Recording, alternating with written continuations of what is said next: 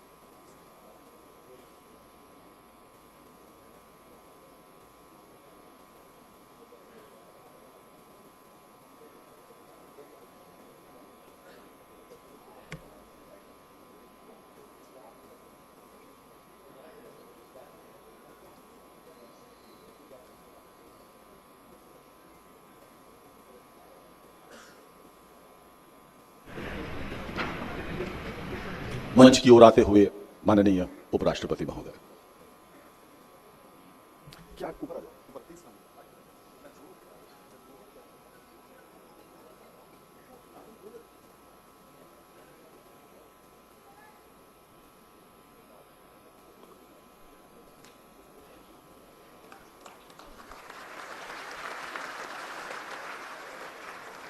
मंच पर पधार चुके हैं आज के कार्यक्रम के मुख्य अतिथि माननीय उपराष्ट्रपति महोदय।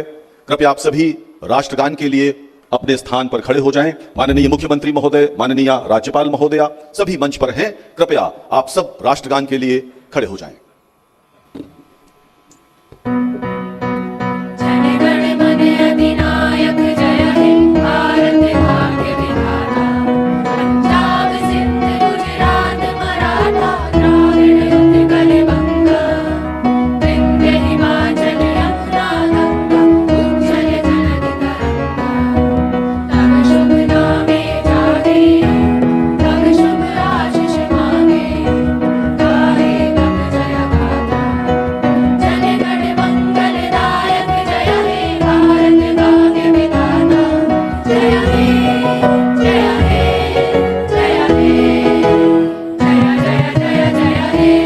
भारत माता की। और अब वाग देवी मां सरस्वती की प्रतिमा पर पुष्पार्चन मैं अनुरोध करूंगा माननीय उपराष्ट्रपति महोदय से। वाग देवी मां सरस्वती की प्रतिमा पर पुष्पार्चन के लिए आज के कार्यक्रम के मुख्य अतिथि माननीय उपराष्ट्रपति महोदय, उनकी धर्मपत्नी माननीय राज्यपाल श्रीमती आनंदीबेन पटेल जी, माननीय मुख्यमंत्री आदरणीय योगी आदित्यनाथ जी और सभी गणमान्य अतिथि, सभी मंचासीन अतिथि कृपया पुष्पार्चन हेतु पधारें। सभी मंचासीन अतिथियों से अनुरोध है, कृपया स्वामी चिदानंद सरस्वती जी महाराज हमारे बीच हैं।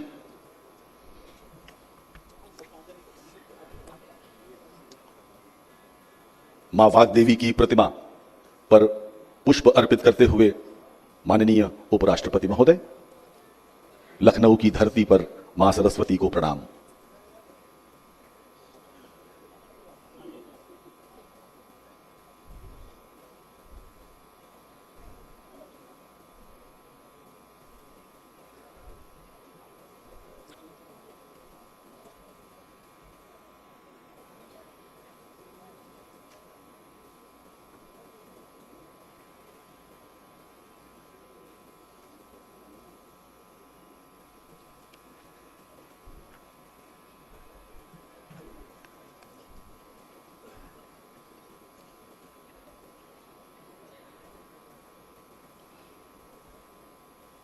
जिस पर मां सरस्वती का आशीर्वाद हो, निश्चित रूप से उसका जीवन सफलता के सोपान चढ़ता ही चला जाता है।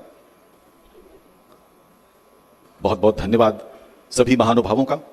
उत्तर प्रदेश की माननीय राज्यपाल श्रीमती आनंदीबेन पटेल जी की जीवनी के विमोचन के अवसर पर लखनऊ के एकेटीयू नवीन परिसर के पंडित अटल बिहारी वाजपेयी बहुउद्देशीय सभागार में आयोजित आज के इस विशिष्ट, भव्य एवं गरिमामयी कार्यक्रम के मुख्य अतिथि भारत के माननीय उपराष्ट्रपति महोदय मंच पर विराजमान हैं।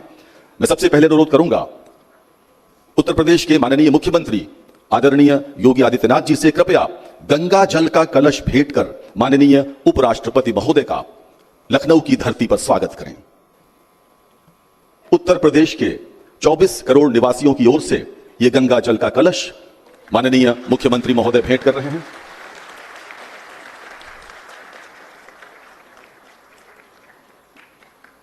यह अमृत कलश हम सबको अमृत कुंभ की याद दिला रहा है।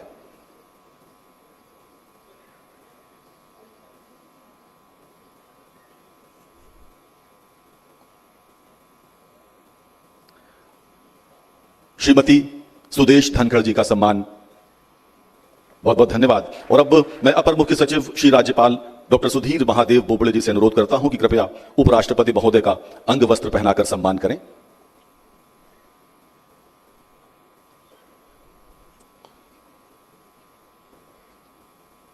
माननीय राज्यपाल श्रीमती आनंदीबेन पटेल जी की सुपुत्री श्रीमती अनारबेन पटेल जी से अनुरोध है कृपया माननीय उपराष्ट्रपति की धर्मपत्नी श्रीमती सुदेश धनखड़ जी का सम्मान करें।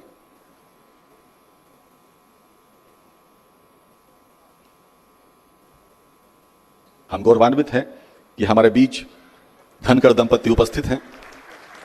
एक बार पुनः अनारबेन जी से अनुरोध है कृपया माननीय राज्यपाल महोदया का अपनी माता जी का सम्मान करें। क्या ही अद्भुत क्षण है।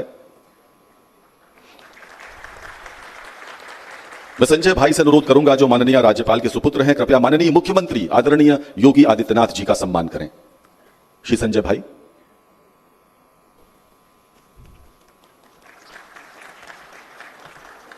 संजय भाई से पुनः अनुरोध है कृपया स्वामी चिदानंद सरस्वती जी महाराज का सम्मान करें। अपर मुख्य सचिव महोदय से अनुरोध कृपया श्री सतीश महाना जी माननीय अध्यक्ष विधानसभा का सम्मान करें। कुलपति AKTU professor JP Pandey ji कृपया माननीय उप मुख्यमंत्री श्री केशव प्रसाद मौर्य का सम्मान करें। माननीय उप मुख्यमंत्री श्री ब्रजेश पाठक जी का सम्मान कुलपति एकेटीयू। श्री कलराज मिश्र जी पूर्व राज्यपाल, उनका सम्मान भी करेंगे कुलपति महोदय। और अब मैं विशेष कार्याधिकारी श्री अशोक देसाई से अनुरोध करता हूं श्री मनोज कुमार सिंह जी मुख्य सचिव महोदय उत्तर प्रदेश के, उनका सम्मान करें। विशेष कार्याधिकारी शिक्षा डॉक्टर पंकज जानी जी से अनुरोध है कृपया श्री संजय भाई का सम्मान करें। डॉक्टर अशोक जानी। और विशेष कार्याधिकारी श्री विनय जोशी कृपया श्रीमती अनारबेन पटेल जी का सम्मान करें पुष्प कलिका से। बहुत बहुत धन्यवाद। सम्मान की यह प्रक्रिया यहीं पर समाप्त होती है। मित्रों, आदरणीय आनंदीबेन पटेल जी सबसे अलग इसलिए दिखती हैं क्योंकि वो एक राजनेता के अन्य गुणों के साथ साथ एक संवेदनशील मां भी हैं और अपने मातृत्व भाव को सर्वोपरि रखकर वो शासन प्रशासन में नित नए प्रयोग करती रहती हैं। और हमें प्रसन्नता है कि अपनी मां के जीवन वृत्तांत पर आधारित पुस्तक के इस विमोचन समारोह में क्राफ्ट रूट्स के माध्यम से देश के 50,000 कारीगरों को एक सूत्र में जोड़ने वाली उनकी समाज सेविका पुत्री श्रीमती अनारबेन पटेल जी उपस्थित हैं। मैं उनसे अनुरोध करता हूं कृपया विद्वानों की सभा में उपस्थित अतिथियों का स्वागत करें और अपनी पूजनीय माता जी के संबंध के संस्मरण हमसे साझा करें। नमस्ते। चुनौतियां मुझे पसंद है का विमोचन के कार्यक्रम में पधारे हुए भारत गणराज्य के उपराष्ट्रपति आदरणीय श्री जगदीप धनखड़ जी, जिनका जीवन संविधान और शासन के प्रति समर्पण का परिचायक है। उन्होंने न्याय, समानता और सभी वर्गों के लिए अवसर की बात की है। जब ये कार्यक्रम तय हो रहा था तो सबसे पहले माँ के मुंह पे आपका नाम आया और माँ ने हमेशा आपको भाई के तौर पे देखा है। जब भी आपके पास आना होता है उसके मुंह पे एक अलग प्रकार की खुशी होती है। और ये प्रसंग पे मैं second lady of India doctor Sudesh Dhankhar ji का भी दिल से स्वागत करती हूँ। उन्होंने ग्राउंड वाटर कंजर्वेशन में पीएचडी की डिग्री प्राप्त की है। जब भी आप लोगों के पास उपराष्ट्रपति भवन आना हुआ, परिवार की तरह आपने हमेशा प्यार एंड दुलार दिया। आपके प्रति कृतज्ञता व्यक्त करती हूँ। हमारे बीच यशस्वी कर्मठ मुख्यमंत्री आदरणीय योगी जी पधारे हैं, उनका भी स्वागत दिल से करती हूँ। उत्तर प्रदेश की सबसे गंभीर समस्या कानून और व्यवस्था पे उन्होंने डरे बगैर पूरे देश के लिए उदाहरणीय और अनुकरणीय काम किया है।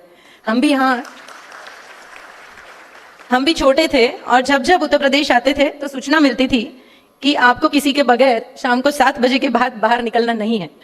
वही प्रदेश में आज शांति और सलामती का अनुभव कर रहे हैं। देश के लोकप्रिय प्रधानमंत्री आदरणीय मोदी जी का सपना, ऐसी सांस्कृतिक विरासत को बढ़ावा देने में आपने महत्वपूर्ण भूमिका निभाई है। दिल से आपका स्वागत करती हूँ। हमारे बीच में स्वामी चिदानंद सरस्वती, जिन्हें महानुभाव के नाम से भी जाना जाता है। जैसे बसंत के आगमन से प्रकृति खिलती है, ऐसे ही संत के आशीर्वाद से संस्कृति खिलती है और जीवन बदलता है। हमारे बीच में सेवा और आध्यात्मिकता का समन्वय, ऐसे सरल और सहज हमारे प्रिय संत आशीर्वाद देने यहाँ आए हैं। जब हमने स्वामी जी को बताया कि हम गणिकाओं के साथ काम करते हैं और उनके बच्चों के साथ भी हम काम करते हैं, और वो ऐसी बहनें हैं जिनको जबरदस्ती से ये बिजनेस में, ये धंधे में लाया जाता है, बाद में उनका स्वीकार समाज भी नहीं करता, उसका परिवार भी उसका स्वीकार नहीं करता, ऐसी बहनों को स्वामी जी अपनी बहन की तरह वो अपने आश्रम में हर साल बुलाते हैं। जब तक उनको रहना है वो रह सकते हैं और आध्यात्मिक जीवन जीने का मौका देते हैं। उनके जीवन में भी परिवर्तन आया है। चिदानंद सरस्वती जी अलग प्रकार के संत हैं। हमारे परिवार की तरफ से मैं आपका सबका कृतज्ञता के साथ दिल से स्वागत करती हूँ। हमारे बीच में आदरणीय स्पीकर सर श्री सतीश महाना जी हैं। मम्मी की बातों से सुना है कि आपने विधानसभा में काफी बदलाव लाए हैं, आपका भी दिल से स्वागत करती हूँ। हमारे बीच में Shri Keshav Prasad Maurya ji, deputy chief minister Uttar Pradesh, वो भी हमारे साथ हैं।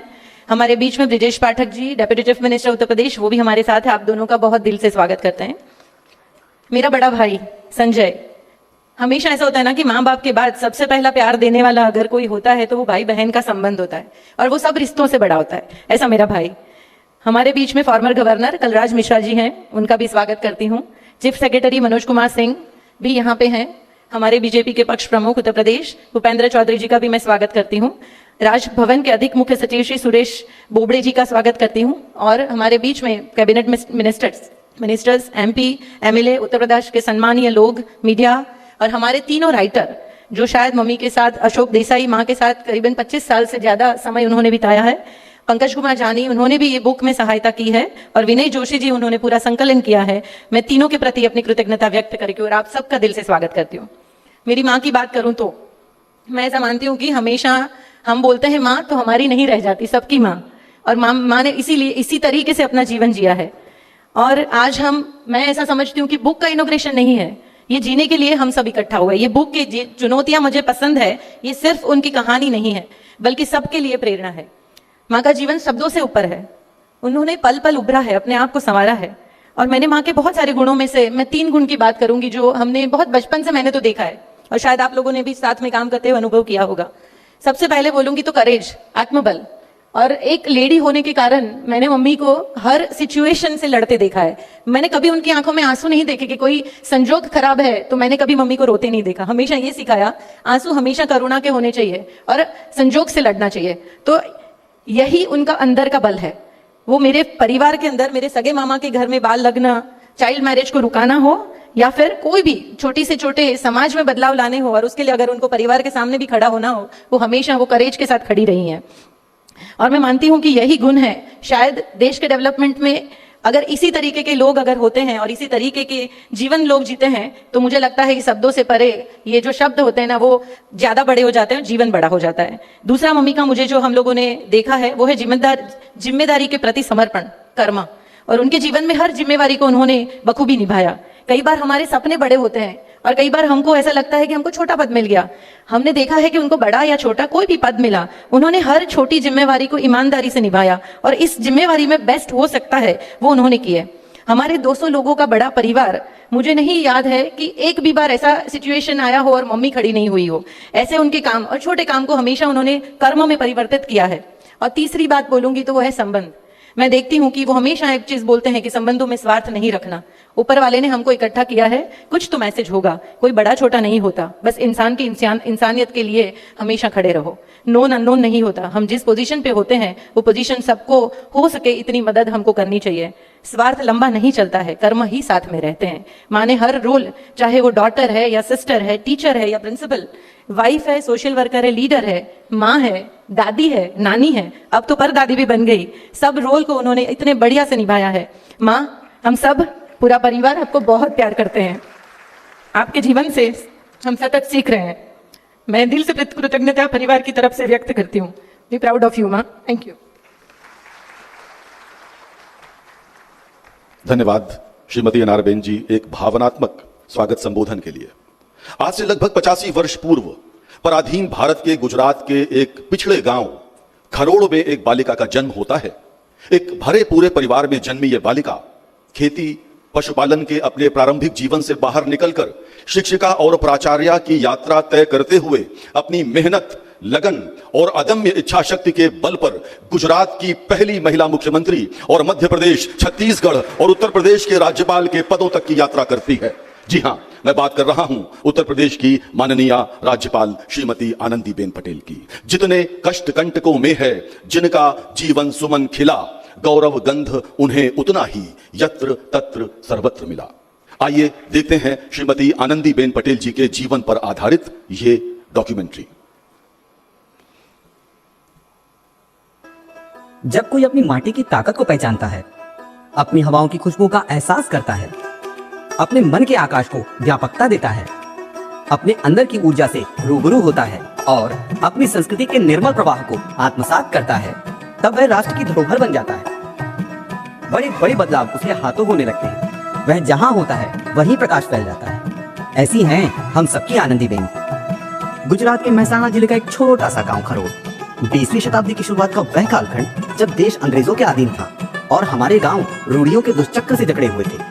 ऐसे में खरोड़ के किसान जेठाबाई एक नई उम्मीद जगा रहे थे, नया प्रकाश फैला रहे थे। खरोड़ के इस योद्धा की 10 संतानों में से एक का नाम था आनंदी। आनंदी भाग्य की धनी थी, उसे जेठाबाई जैसा पिता जो मिला था। जेठाबाई अपने कठोर श्रम के पसीने से खरोड़ की मिट्टी को ही नहीं सींच रहे थे, बल्कि मानवता के उच्च संस्कारों से समाज और परिवार को रोशन कर रहे थे। बाल विवाह और मृत्यु भोज का विरोध, विधवा विवाह का समर्थन जैसे अनेक सुधारों को कर दिखाने वाले जेठाबाई भयंकर प्रतिरोधों का सामना करने के बाद भी पीछे नहीं हटते। बदलाव के समय होने वाले प्रतिरोध का कुशलता पूर्वक सामना करना आनंदीबेन ने यहीं से सीखा। बेटियों की पढ़ाई के लिए जेठाबाई ने क्या नहीं किया। बड़ी बेटी सरिताबेन को उन्होंने विरोध सहकर भी वडोदरा तक भेजा, आत्मनिर्भर बनाया। इसी प्रेरणा की देन थी कि कठिनाइयों के बीच एक हाथ में जिम्मेदारियों का बोझ और दूसरे हाथ में शिक्षा हासिल करने की ललक को संजोए आनंदी 700 छात्रों के बीच अकेली छात्रा होने पर भी नहीं रुकी, और तब भी नहीं रुकी जब परिवार के दायित्व उन्हें सांस लेने की भी फुर्सत नहीं दे रहे थे। आनंदी ने पढ़ाई के साथ साथ खेलों में भी पहचान बनाई। महिला विकास गृह की अपनी पहली नौकरी आनंदीबेन ने सिर्फ इसलिए छोड़ दी क्योंकि वहाँ भ्रष्टाचार हो रहा था। लेकिन जब वहाँ की एक बालिका ट्रेन में धोखा खाकर जिंदगी के लिए संघर्ष कर रही थी, तब उसे न्याय दिलाने की लंबी लड़ाई आनंदीबेन ने लड़ी। आनंदीबेन ने जो कहा वह किया, जो सिद्धांत बनाए उस पर चल कर दिखाया। जब बड़े भाई अपने बेटे का बाल विवाह कर रहे थे, तब मना करने पर भी नहीं मानने पर आनंदीबेन पुलिस को लेकर पहुंच गई और भतीजे का बाल विवाह रुकवाया। उन्होंने ऐसा करके अपने पिताजी को सच्ची श्रद्धांजलि दी। ऐसी संवेदनशील, साहसी, सच्ची आनंदी जब अहमदाबाद के मोहनाबाद कन्या विद्यालय में 1967 में शिक्षिका बनी, तो जैसे एक नया सूर्योदय हो गया। आनंदीबेन की तपस्या का सुंदर फल सामने आने लगा। अपनी नई शिक्षिका की कर्मठता से विद्यालय परिवार भी खुश और बालिकाओं का भविष्य संवारने का पसंदीदा काम पाकर आनंदीबेन भी खुश। मोहिनाबाद विद्यालय आनंदीबेन के कर्मयोग का जीवंत उदाहरण बन गया। किसी भी व्यक्ति के जीवन में होने वाली कठिनाइयां आनंदीबेन के जीवन में भी थी, लेकिन अनुशासन और संकल्प के बल पर उन्होंने MSc M.Ed किया। आनंदीबेन का जीवन हमें बताता है कि जब व्यक्ति खुद को समाज को समर्पित कर देता है तो कुछ भी असंभव नहीं रह जाता। नर्मदा नदी में 2 छात्राओं को डूबने से बचाने के लिए आनंदीबेन ने जिस तरह जान की बाजी लगा दी, उसे तो आज सब जानते हैं, लेकिन यह कम लोगों को ही पता है कि अनेक छात्राओं का भविष्य बचाने और उनके हक की लड़ाई लड़ने का काम भी उन्होंने पूरी शिद्दत से किया। ऐसी शानदार शिक्षिका को पहले गुजरात और फिर राष्ट्रीय स्तर पर श्रेष्ठ शिक्षक का सम्मान मिलना स्वाभाविक ही था। आनंदीबेन श्रेष्ठ शिक्षक पर ही रुकने वाली नहीं थी, उन्हें समाज सेवा का जैसे जुनून था। धरती विकास मंडल से जुड़कर उन्होंने महिलाओं की बेहतरी के लिए काम किया। अकाल पीड़ितों की सहायता करने के लिए वह भाजपा की न्याय यात्रा के साथ जुड़ी। भाजपा के वरिष्ठ नेता आनंदीबेन की क्षमता और प्रतिभा देखकर के दंग थे। संगठन महामंत्री श्री नरेंद्र मोदी जी ने भाजपा से जुड़ने का प्रस्ताव दिया और यूं सफर शुरू हो गया, जिसके लिए आनंदीबेन बनी थी। जनता के कल्याण के सहस्त्रों कार्य आनंदीबेन की प्रतीक्षा कर रहे थे, जो राजनीति के मार्ग से ही संभव था।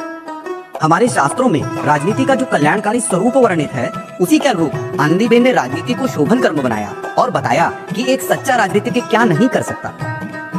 गुजरात भाजपा महिला मोर्चा की वह पहली प्रदेश अध्यक्ष बनाई गई। इस पहले दायित्व में ही उन्होंने गांव तहसील तक संगठन का मजबूत ढांचा बनाकर अपनी क्षमताओं की झलक दिखला दी। भाजपा की एकता यात्रा के जरिए 26 जनवरी 1992 को श्रीनगर के लाल चौक पर तिरंगा फहराने वाले दल में आनंदीबेन गुजरात से एकमात्र महिला थी। श्री नरेंद्र मोदी की अगुवाई में जब वह लौटी तो अहमदाबाद ने अपने योद्धाओं का दिल खोल कर स्वागत किया। 1994 में आनंदीबेन को राज्यसभा का सदस्य बनाया गया। राजनीतिक परिस्थितियों के कारण आनंदीबेन को राज्यसभा छोड़कर मांडल से चुनाव लड़ने को कहा गया। चुनाव जीतकर जब गुजरात विधानसभा में पहली बार आनंदीबेन पहुंची तो उन्हें शिक्षा और महिला बाल कल्याण मंत्री का दायित्व मिला। यह वर्ष 1998 था। इसके बाद वह लगातार 16 वर्षों तक अनेक विभागों की मंत्री रही। आनंदीबेन ने ऐसे ऐसे बदलाव करके दिखाए जिसकी कल्पना तक नहीं थी। गुजरात ने एक ऐसे राजनेता का उदय देखा जिसे हर एक समस्या का समाधान करना आता है। गुजरात में आनंदीबेन की दृढ़ता, कर्मठता, नैतिकता, निष्पक्षता और संकल्प शक्ति की चर्चा घर घर होने लगी। पार्टी के सूत्र वाक्य भय भूख भ्रष्टाचार दूर करेंगे के अनुरूप उन्होंने 1 लाख शिक्षकों की निष्पक्ष नियुक्ति करके स्पष्ट संदेश दे दिया कि वह किसी भी दबाव में आने वाली नहीं है।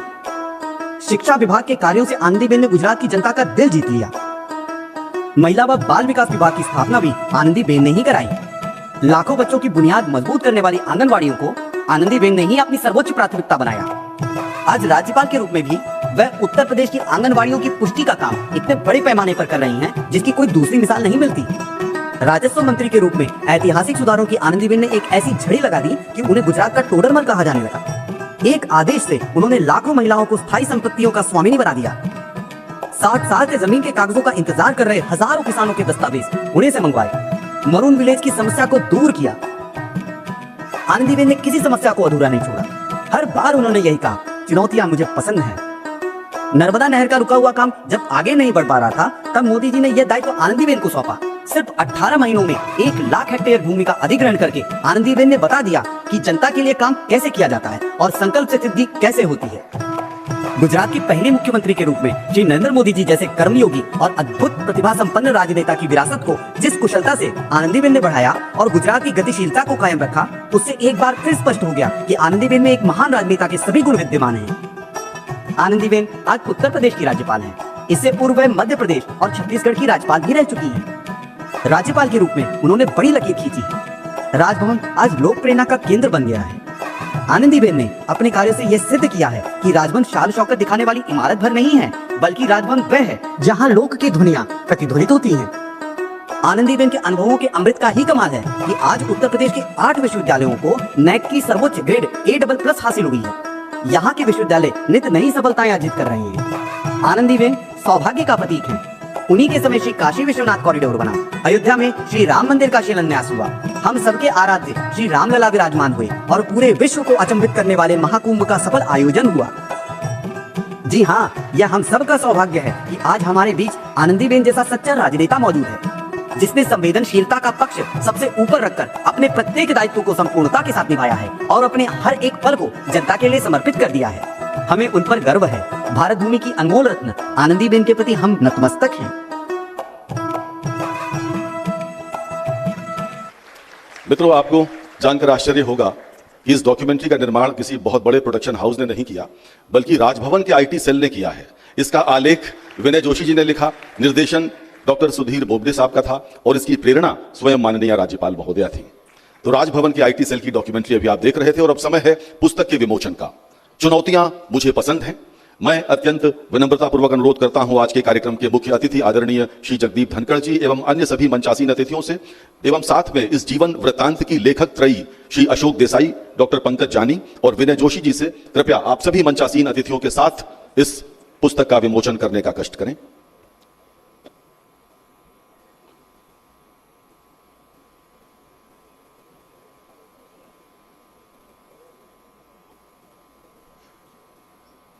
चुनौतियां मुझे पसंद हैं।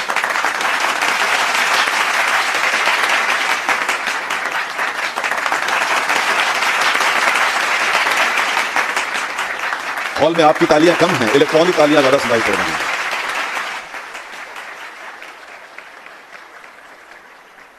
और इसी के साथ इस पुस्तक का विमोचन संपन्न होते हुए बहुत बहुत धन्यवाद। आज का ये मंच संतों की दैदीप्यमान आभा से आलोकित है और हम सौभाग्यशाली हैं कि आज हमारे मध्य सिद्ध योगी एवं आध्यात्मिक गुरु परम आदरणीय स्वामी चिदानंद सरस्वती जी महाराज परमार्थ निकेतन ऋषिकेश से स्वयं चलकर यहां पधारे हैं। मैं उनसे विनती करता हूं, कृपया अपने आशीर्वचनों से सभा को अभिषिक्त करें। परम पूज्य स्वामी जी।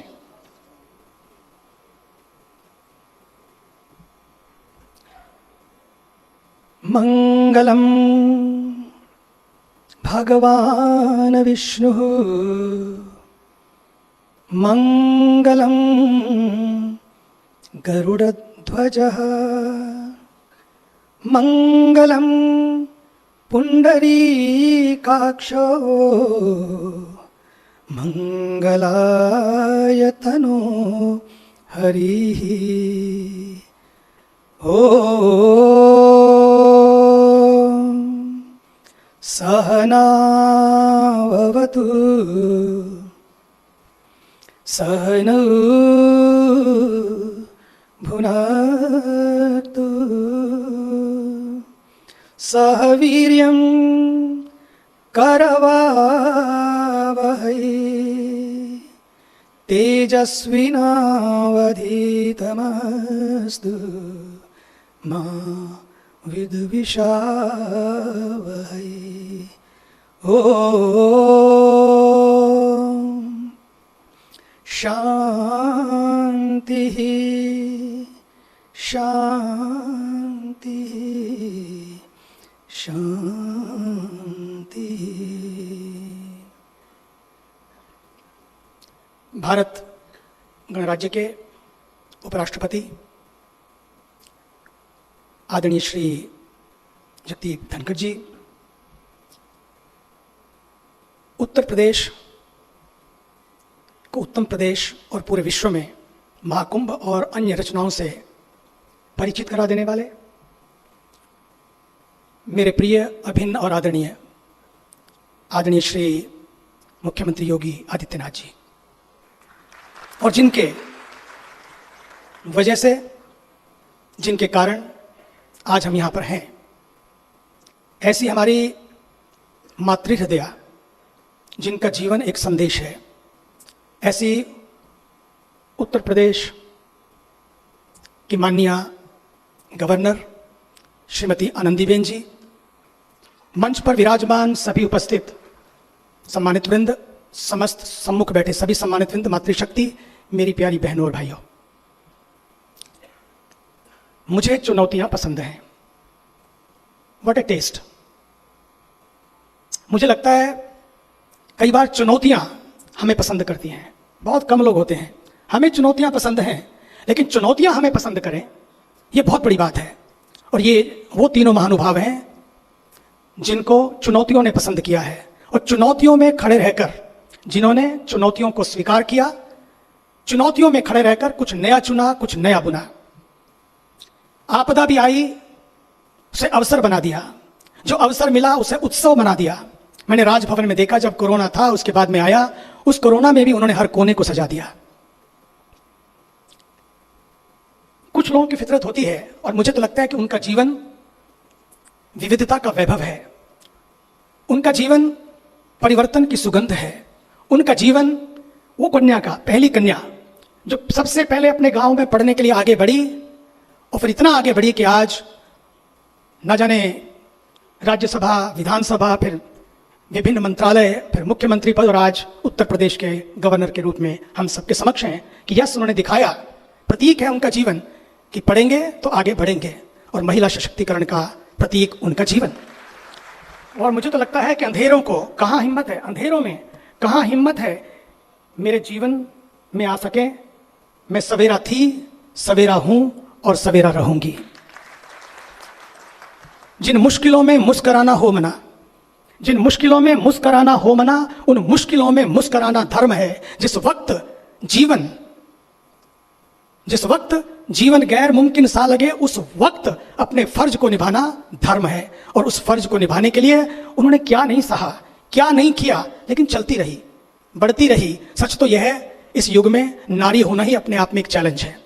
फिर नारी में होकर नारी बने रहना भी अपने आप में एक और चैलेंज है। उन्हें अपने नारित्व की गरिमा को संभाला, और इसलिए, और सच तो यह है कि वक्त को समझना, हमारे आदरणीय योगी जी को देखिए, वक्त की नहीं बल्कि वक्फ की वाकफियत को भी से भी वाकिफ कराया और समझाया कि क्यों आवश्यकता है, किस लिए आवश्यकता है, कितने बड़े चैलेंजेस हैं, इसलिए उन चैलेंजेस से कैसे निपटना है वो भी सीखना है। तो इस मंच के उन तीनों महापुरुषों से सीखें। आदरणीय राष्ट्रपति जी, उपराष्ट्रपति जी, मैं आपसे कहना चाहता हूं कि मैं जब भी कोई बात आपकी सुनता हूं, मैं अमेरिका में था, अभी 4 दिन पहले मैं आया, मैंने वहां एक आपकी लाइन सुनी, आपने क्या 2 लाइन ऐसी दे दी, पूरे देश को लाइन में ला दिया, पूरे देश को लाइन में ला दिया। वो बहुत जरूरी है कभी कभी वक्त की नजाकत को समझकर वो लाइन खड़ी करना जिसमें पूरा देश अलाइन हो जाए। पूरा देश अलाइन हो जाए। You are a man of time management, tongue management and thought management, and I am very proud of you, very proud of you. We need people like you. मुझे लगता है 2 शब्दों के डायलॉग ने पूरे सिस्टम को डायलिसिस पे डाल दिया। लगने लगा कुछ शोधन करने की आवश्यकता है, लगने लगा कुछ शुद्ध करने की आवश्यकता है, और पूरा देश, पूरा सिस्टम सोचने लगा है, and I am very proud of you. Last में, अंतिम मैं कहना चाहता हूं, कदम तो चले उन्होंने, और ऐसे चले, कदम ऐसे चले कि निशान बन गए, काम ऐसे किए कि पहचान बन गए। ये छोटी बात नहीं है। गांव की लड़की जहां कोई स्कूल में नहीं जा सकता था, पहली लड़की जो स्कूल में गई, और आज गवर्नर पद तक आई। छोटी बात नहीं है। कदम ऐसे चले कि निशान बन गए, काम ऐसे किए कि पहचान बन गए। जीवन जिए तो ऐसे जिए कि जीवन एक मशाल बन जाए, एक मिसाल बन जाए, और लोगों को जीवन में एक प्रेरणा दे सके। मातृहृदया आनंदीबेन जी, आपने राजभवन को राजभवन बना दिया। अभी मैं आपका, जब मैं अंदर आया, एक डायलॉग सुन रहा था, उसमें कहते मरेंगे तो साथ साथ, जिएंगे तो साथ साथ। ये this is, you need a spirit, it's not easy, you need a commitment.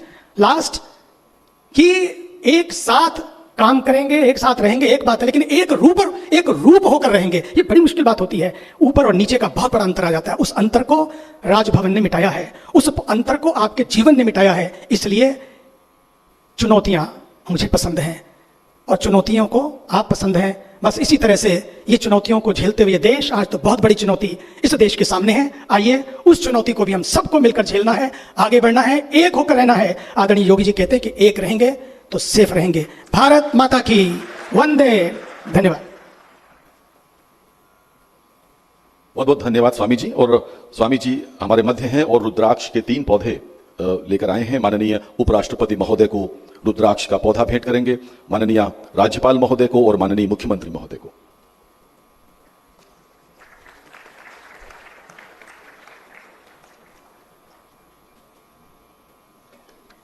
माननीय राज्यपाल महोदय को, यूं तो राजभवन में रुद्राक्ष का पौधा है, लेकिन एक और लगेगा।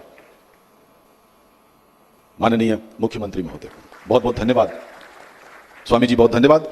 देवाधिदेव महादेव की उपत्यका उत्तराखंड में जन्मे और शिवावतारी गुरु गोरखनाथ की परंपरा के संवाहक, पिछले 8 वर्षों से उत्तर प्रदेश को अपना सशक्त नेतृत्व देने वाले उत्तर प्रदेश के माननीय मुख्यमंत्री आदरणीय योगी आदित्यनाथ जी को अब मैं उनके उद्बोधन के लिए आमंत्रित करता हूं। माननीय मुख्यमंत्री महोदय।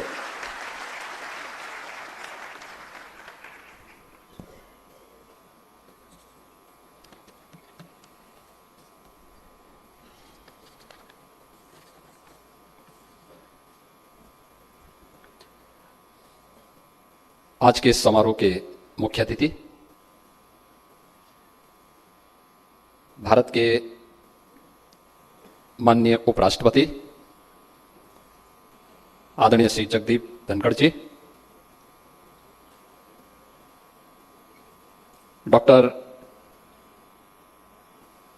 सुदेश धनखड़ जी, प्रदेश की माननीय राज्यपाल आदरणीय श्रीमती आनंदीबेन पटेल जी, समारोह में विशिष्ट अतिथि के रूप में उपस्थित परमार्थ लोक ऋषिकेश के पूज्य संत स्वामी चिदानंद सरस्वती जी, उत्तर प्रदेश विधानसभा के माननीय अध्यक्ष श्री सतीश महाना जी, उत्तर प्रदेश सरकार में मंत्रिमंडल के मेरे वरिष्ठ सहयोगी उप मुख्यमंत्री श्री केशव प्रसाद मौर्य जी, श्री ब्रजेश पाठक जी, पूर्व राज्यपाल सम्मान्य श्री कलराज मिश्र जी, उत्तर प्रदेश सरकार में मंत्रिमंडल के मेरे सभी वरिष्ठ सहयोगीगण, सभी माननीय जनप्रतिनिधिगण, प्रदेश के मुख्य सचिव श्री मनोज कुमार सिंह जी, श्रीमती अनार पटेल जी, श्री संजय भाई जी, उपस्थित महानुभाव, उत्तर प्रदेश में महाकुंभ के आयोजन के उपरांत आदरणीय उपराष्ट्रपति जी का यह पहला सार्वजनिक कार्यक्रम है। मैं इस सार्वजनिक कार्यक्रम में आदरणीय उपराष्ट्रपति जी का, उनकी धर्मपत्नी आदरणीय श्रीमती सुदेश धनखड़ जी का, हृदय से स्वागत करता हूं, अभिनंदन करता हूं। मैं अभिनंदन करता हूं प्रदेश की माननीय राज्यपाल जी का, जिनकी जीवनी पर आधारित इस महत्वपूर्ण कृति की चुनौतियां मुझे पसंद हैं। आज इसका विमोचन का कार्यक्रम आदरणीय उपराष्ट्रपति जी के कर कमलों से भी संपन्न हुआ है। इसके लिए मैं आदरणीय राज्यपाल जी को हृदय से बधाई देता हूं और उनका अभिनंदन करता हूं। मैं लेखक त्रय श्री विनय जोशी, श्री अशोक देसाई, श्री पंकज जानी, इन तीनों महानुभावों को भी हृदय से धन्यवाद देता हूं कि उन्होंने एक एक जीवन के पहलू को उसको लिपिबद्ध करने, उसको सजोने का कार्य किया है और 14 अध्यायों में एक विस्तृत ग्रंथ लिखा है। जैसे समुद्र मंथन में 14 रत्न निकले थे, ऐसे ही ये 14 रत्न 14 अध्याय के रूप में आज चुनौतियां मुझे पसंद हैं इस ग्रंथ के रूप में हम सब के सामने आज प्रस्तुत हुआ है, जिसका एक लघु वृत्त चित्र के रूप में हम सब ने अभी यहां पर देखा है। स्वाभाविक रूप से यह हम सब के सामने यह एक चुनौती अक्सर आती है और मुझे लगता है कि चुनौती नहीं है तो फिर जीवन का सार भी बेकार हो जाता है।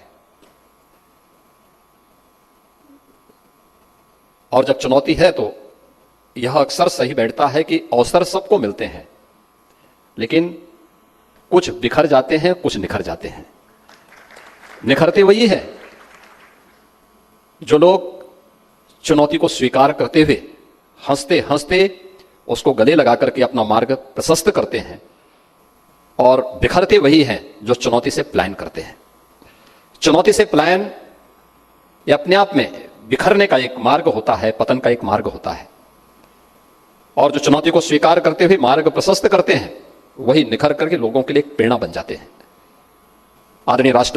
आदरणीय उपराष्ट्रपति जी के कर कमलों से विमोचन कृति आदरणीय राज्यपाल महोदय की जीवनी पर आधारित एक नई प्रेरणा है समाज के लिए, समाज के हर एक तबके के लिए। गुजरात के एक छोटे से गांव में एक सामान्य किसान परिवार में जन्म लेकर के शून्य से शिखर की इस यात्रा को तय करना, और वह भी किसी महिला के लिए अत्यंत दुरूह कार्य है। याद करिए, किसी वैष्णव परिवार में, किसी किसान परिवार में कोई बेटी आज से 7 दशक पहले स्कूल में जाए, पढ़े, एक कल्पना है। देश आजाद नहीं था, लेकिन उस समय कल्पना है। लेकिन उस कल्पना को अपनी जिजीविका से, माता पिता के सहयोग से उस चुनौती का सामना करते हुए आगे बढ़ी। मां बाप के संस्कार, उनका संघर्ष बच्चे को आगे बढ़ने के लिए प्रेरणा देता है, और अपने लक्ष्य को प्राप्त करने के लिए निरंतर संघर्ष करना है, निरंतर परिश्रम की पराकाष्ठा को लेकर के आगे बढ़ना है। यह जो भाव था, वह भाव उन्हें अपनी उच्चतम शिक्षा को प्राप्त करने के लिए एक शिक्षिका के रूप में, एक प्रधानाचार्य के रूप में, विधानसभा और राज्यसभा के माननीय सदस्य के रूप में, गुजरात सरकार के मंत्री के रूप में, और फिर गुजरात की पहली मुख्यमंत्री के रूप में, और आज उत्तर प्रदेश जैसे देश के सबसे बड़े राज्यपाल के रूप में उनके यशस्वी कार्यकाल को, उनके कार्यक्रमों को बहुत नजदीक से देखने, सुनने और जानने का अवसर हम सबको प्राप्त होता है। मैं इस अवसर पर आदरणीय राज्यपाल जी को उनकी इस जीवनी के लिए मैं फिर से बधाई भी देता हूं, उनका अभिनंदन भी करता हूं, उनके स्वस्थ और दीर्घ जीवन की कामना भी करता हूं कि उनका मार्गदर्शन इसी प्रकार से उत्तर प्रदेश वासियों को और देशवासियों को और देश की कम से कम आधी आबादी को तो निरंतर प्राप्त होता रहे। वह एक प्रेरणा है अपने आप में। और आज ये कृति स्वाभाविक रूप से लोगों के हाथों में जब जाएगी, अक्सर होता है हम शिखर को देखते हैं और ये मानते हैं कि शिखर से ही सब कुछ हो गया, लेकिन शिखर की नींव बनाने के लिए कितनी मेहनत की गई है, उस मेहनत को देखने का प्रयास नहीं करते हैं। और मुझे लगता है कृति गांव से निकल करके कैसे इस यात्रा को आगे बढ़ाया जा सकता है, यह जानने के लिए चुनौतियां मुझे स्वीकार हैं। ये अपने आप में एक नई प्रेरणा होगी हमारे नई पीढ़ी के लिए, वर्तमान पीढ़ी के लिए, आगे बढ़ने के लिए, जीवन के संघर्ष में अपना रास्ता तय करने वाली हमारी नूतन पीढ़ी के लिए एक नई प्रेरणा होगी। आज के इस अवसर पर मैं हृदय से अभिनंदन करते हुए लेखक त्रय को हृदय से बधाई देता हूं। इस अवसर पर माननीय उपराष्ट्रपति जी का मार्गदर्शन हमें प्राप्त होगा। महाकुंभ के आयोजन में उनकी उपस्थिति हमें एक नई प्रेरणा दी थी। जब मैं आमंत्रण देने के लिए, महाकुंभ के आमंत्रण देने के लिए भी गया था, तो उस समय भी उन्होंने कहा था कि क्या मैं महाकुंभ में तो अकेले यात्रा नहीं होती है। तो मैंने कहा, आदरणीय, आपको तो पूरा देश ही आपका परिवार है और आप सब परिवार इस आयोजन में भागीदार बनेंगे तो मुझे अच्छा लगेगा और उत्तर प्रदेश वासियों को बहुत अच्छा लगेगा। और सचमुच एक ऐसे जंक्शन में हम लोग खड़े थे उस समय, जिस समय आपका कार्यक्रम था, लेकिन बिना रुके, बिना डिगे, बिना थके आपने कहा कि मैं जाऊंगा और महाकुंभ के आयोजन में भागीदार बन करके उस आयोजन को एक नई ऊंचाई तक पहुंचाने में आपका, आदरणीय प्रधानमंत्री जी का जो मार्गदर्शन हम सबको प्राप्त हुआ, वह कुंभ की सफलता को वैश्विक स्तर तक पहुंचाने में एक निर्णायक भूमिका का निर्वहन किया। बीच में एक समय आपका थोड़ा स्वास्थ्य अनुकूल नहीं रहा, हम सब चिंतित थे, पूरा देश चिंतित था, लेकिन जैसे ही स्वास्थ्य लाभ प्राप्त किया, आपके दौरे फिर से पूरे देश के अंदर प्रारंभ होने पर शुरू हो गए और उसी मजबूती के साथ, उसी बेलाग तरीके से, जैसे कि वास्तव में चुनौती उन्हें भी पसंद है और चुनौती को लेकर के जो उनका कारवां आगे बढ़ रहा है, इसके लिए मैं उनका अभिनंदन करता हूं। उत्तर प्रदेश वासियों की ओर से उनके प्रति अपनी शुभेच्छा भी व्यक्त करता हूं और ईश्वर से प्रार्थना करता हूं कि वे स्वस्थ और दीर्घजीवी होकर के पूरे देश का मार्गदर्शन इसी प्रकार से करते रहें। आज के इन शब्दों के साथ में अभिव्यक्ति ये अपने आप में लोकतंत्र की एक खूबी है और याद रखना, ये उपस्थिति हमें इस बात को दिखाती है, लोकतंत्र केवल तभी कुंद नहीं होता है जब अभिव्यक्ति की स्वतंत्रता पर कुठाराघात होता है। और ठीक है, अभिव्यक्ति की स्वतंत्रता संवैधानिक दायरे में होनी चाहिए, लेकिन लोकतंत्र तब भी कुंद होता है जब सुनने वाले लोग सुनने को तैयार नहीं होते हैं। और मुझे लगता है एक अच्छे श्रोता के रूप में आप सबकी उपस्थिति आज इस लोकतंत्र को भी, जिसकी एक माध्यम यह कृति बन रही है कि चुनौती मुझे स्वीकार है, यह लोकतंत्र की एक कृति बनने जा रही है कि लोकतंत्र में कैसे हमें शून्य से शिखर तक की यात्रा को आगे बढ़ाने का अवसर प्राप्त हो रहा है।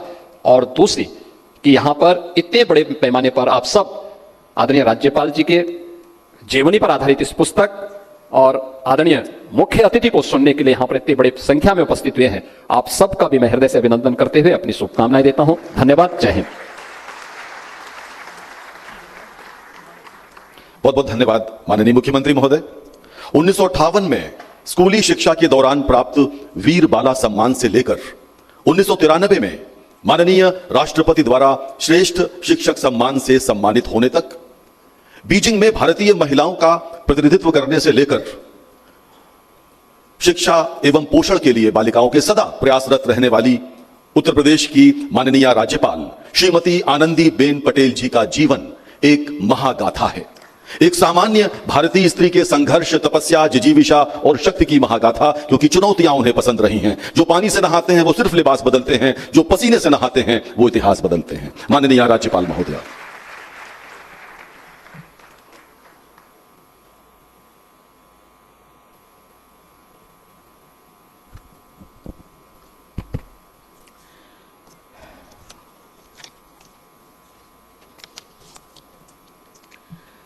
समारोह के अध्यक्ष माननीय उपराष्ट्रपति भारत सरकार श्री जगदीप धनखड़ जी, माननीय श्रीमती सुदेश धनखड़ जी, माननीय मुख्यमंत्री उत्तर प्रदेश श्रीमान योगी आदित्यनाथ जी, आदरणीय स्वामी चिदानंद सरस्वती जी, प्रदेश के माननीय विधानसभा अध्यक्ष श्री सतीश महाना जी, उत्तर प्रदेश के उप मुख्यमंत्री उत्तर प्रदेश श्री केशव प्रसाद मौर्य जी, दूसरा उप मुख्यमंत्री श्री ब्रजेश पाठक जी, सभी मंत्रिपरिषद के सदस्यगण, मंत्रीगण, जनप्रतिनिधियों सब, और सभागार में उपस्थित सभी परिवारजनों और मेरा स्वयं का परिवार, आप सबका मैं दिल से स्वागत करती हूँ और अभिनंदन करती हूँ कि इतनी गर्मी में, धूप में इस सभागार में आकर मुझे उपकृत कर रहे हैं। मैं सबसे पहले हमारे उपराष्ट्रपति जी का हार्दिक आभार व्यक्त करती हूँ। बहुत समय निकालकर ये अवसर की शोभा बढ़ाने के लिए आप दिल्ली से इधर पधारे हैं। मैंने जब फोन किया तब मेरे लिए आश्चर्य था। सामने से मुझे बता दिया कि मैं 1 मई के दिन एक हमारी राज्यपाल है, उसके बुक का विमोचन करने के लिए जा रहा हूं, बताइए आपको क्या काम है। मैंने पूछा, सर अभी तो मैं बोली ही नहीं हूं कि 1 मई के दिन आपको आना है, आपको कैसे पता चला? तो उन्होंने कहा यही हमारी राजनीति है कि हम पहले से जान लेते हैं। ऐसे हमारे उपराष्ट्रपति जी और हमारी भाभी, मैं बहुत ही सम्मान करती हूँ। कभी कभी हम लोगों को पता नहीं होता है कि महिलाएं क्या क्या काम कर रही है। हमें इतना ही दिखाई पड़ता है कि हाँ ये उपराष्ट्रपति जी की पत्नी है, लेकिन वो आयुर्वेदाचार्य भी है मित्रों, आपको पता होना चाहिए। उस दवाइयां खुद बनाती है और खिलाती है। खुद की बीमारियों में भी कोई डॉक्टर के पास नहीं जाती है और खुद अपनी बीमारी को दूर करती है। और धड़कन जी तो इतनी बीमारियां हैं, उसके लिए भी दवाइयां घर पर बनाती है और अलग अलग देशों से कुछ न कुछ मंगवा कर दवाई बनाकर उसको खिलाती है। देखिए, ये है हमारी महिलाओं का काम। आपका सानिध्य और ये पल हमारे लिए अविस्मरणीय बनी रहेगी। इसके साथ आदरणीय मुख्यमंत्री श्री है, इतने बड़े राज्य, 25 करोड़ की आबादी और ऐसा विरासत मिला आप सबको, उसको संभालना बहुत ही कठिन हो जाता है। या तो मंत्रिमंडल का या तो जन सहयोग नहीं प्राप्त होता है तो जो हमारा इच्छित परिणाम प्राप्त नहीं कर सकते हैं। कठिन परिस्थितियों में ये राज्य को पिछले 8 साल से संभाल रहे हैं मित्रों, और एक संत के रूप में और दूसरा राजनीतिक रूप में ये देश के आगे बढ़ाने में सहयोग कर रहे हैं। उनका भी मैं दिल से स्वागत करती हूं। आदरणीय चिदानंद सरस्वती जी मेरे लिए प्रेरणा है। कई ऐसे साधु होते हैं लेकिन ये पूजा पाठ अकेले करते नहीं रहते हैं, समाज के ऐसे लोगों को सहयोग करते हैं, उंगली पकड़ते हैं, जिसका कोई नहीं है उसका वो बन जाते हैं। और ऐसे कई बच्चों को, कई हमारे युवाओं को मैंने स्वयं देखा है आश्रम में जाकर। ये काम हमारे चिदानंद सरस्वती जी कर रहे हैं मित्रों। दोनों संत हमारे बीच में उपस्थित है और मुझे चुनौतियां पसंद है। अब बताइए इसमें से कौन ऐसा है कि जिसके जीवन में चुनौतियां नहीं आई होगी? आप भी ढूंढ लीजिए कि आपके जीवन में भी कई ऐसी चुनौतियां आई होगी। कोई डर गया होगा, कोई ये चुनौती को पार करके आगे बढ़े होंगे। ऐसे जो बुक लिखी गई है उसका विमोचन आपके हाथों से हुआ है, इसी वजह से मैं बहुत ही आपका आभार व्यक्त करती हूँ। 1 तारीख हम लोगों ने इसी वजह से पसंद किया कि 1 मई हम मजदूर सम्मान के लिए हम सेलिब्रेट करते हैं। ऐसे लाखों मजदूर हैं जो निर्माण का कार्य करते हैं, कम पढ़े लिखे होते हैं, लेकिन आपने बनाई हुई जो डिजाइन है उसको पढ़कर सोचकर एक भव्य निर्माण भवन तैयार करते हैं, रोड बनाते हैं, ब्रिज बनाते हैं। ऐसे एक दिन है हमारे लिए और इसी वजह से ऐसे सभी भाई बहनों को मैं बहुत ही बधाई देती हूं कि आपके जीवन में बहुत बहुत उजास आए मित्रों। उनके लिए हम कुछ न कुछ करें मित्रों। आप सबको पता है जब काशी विश्वनाथ का उद्घाटन हुआ और इसमें जो मजदूरों ने काम किया था, आर्टिस्टों ने काम किया था, उसका पैर का पूजन हमारे प्रधानमंत्री जी ने किया था। यही सम्मान हमारे हृदय में होना चाहिए ऐसे भाई बहनों के लिए। इसी तरह महाकुंभ का आयोजन हुआ और इसमें भी जो लोगों ने, जो हमें कभी रेस्ट करते हुए नहीं देखा है, ऐसे कई परिवार थे, कई भाई थे जिन्होंने लगभग 6-8 महीने से इसकी तैयारी में जुट गए थे। उनका भी सम्मान हमारे मुख्यमंत्री ने किया था। तो हमारे मन में ये भाव होना चाहिए मित्रों।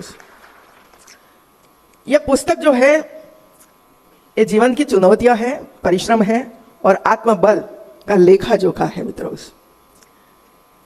दूसरा, 1 मई के दिन गुजरात राज्य का स्थापना दिन भी है।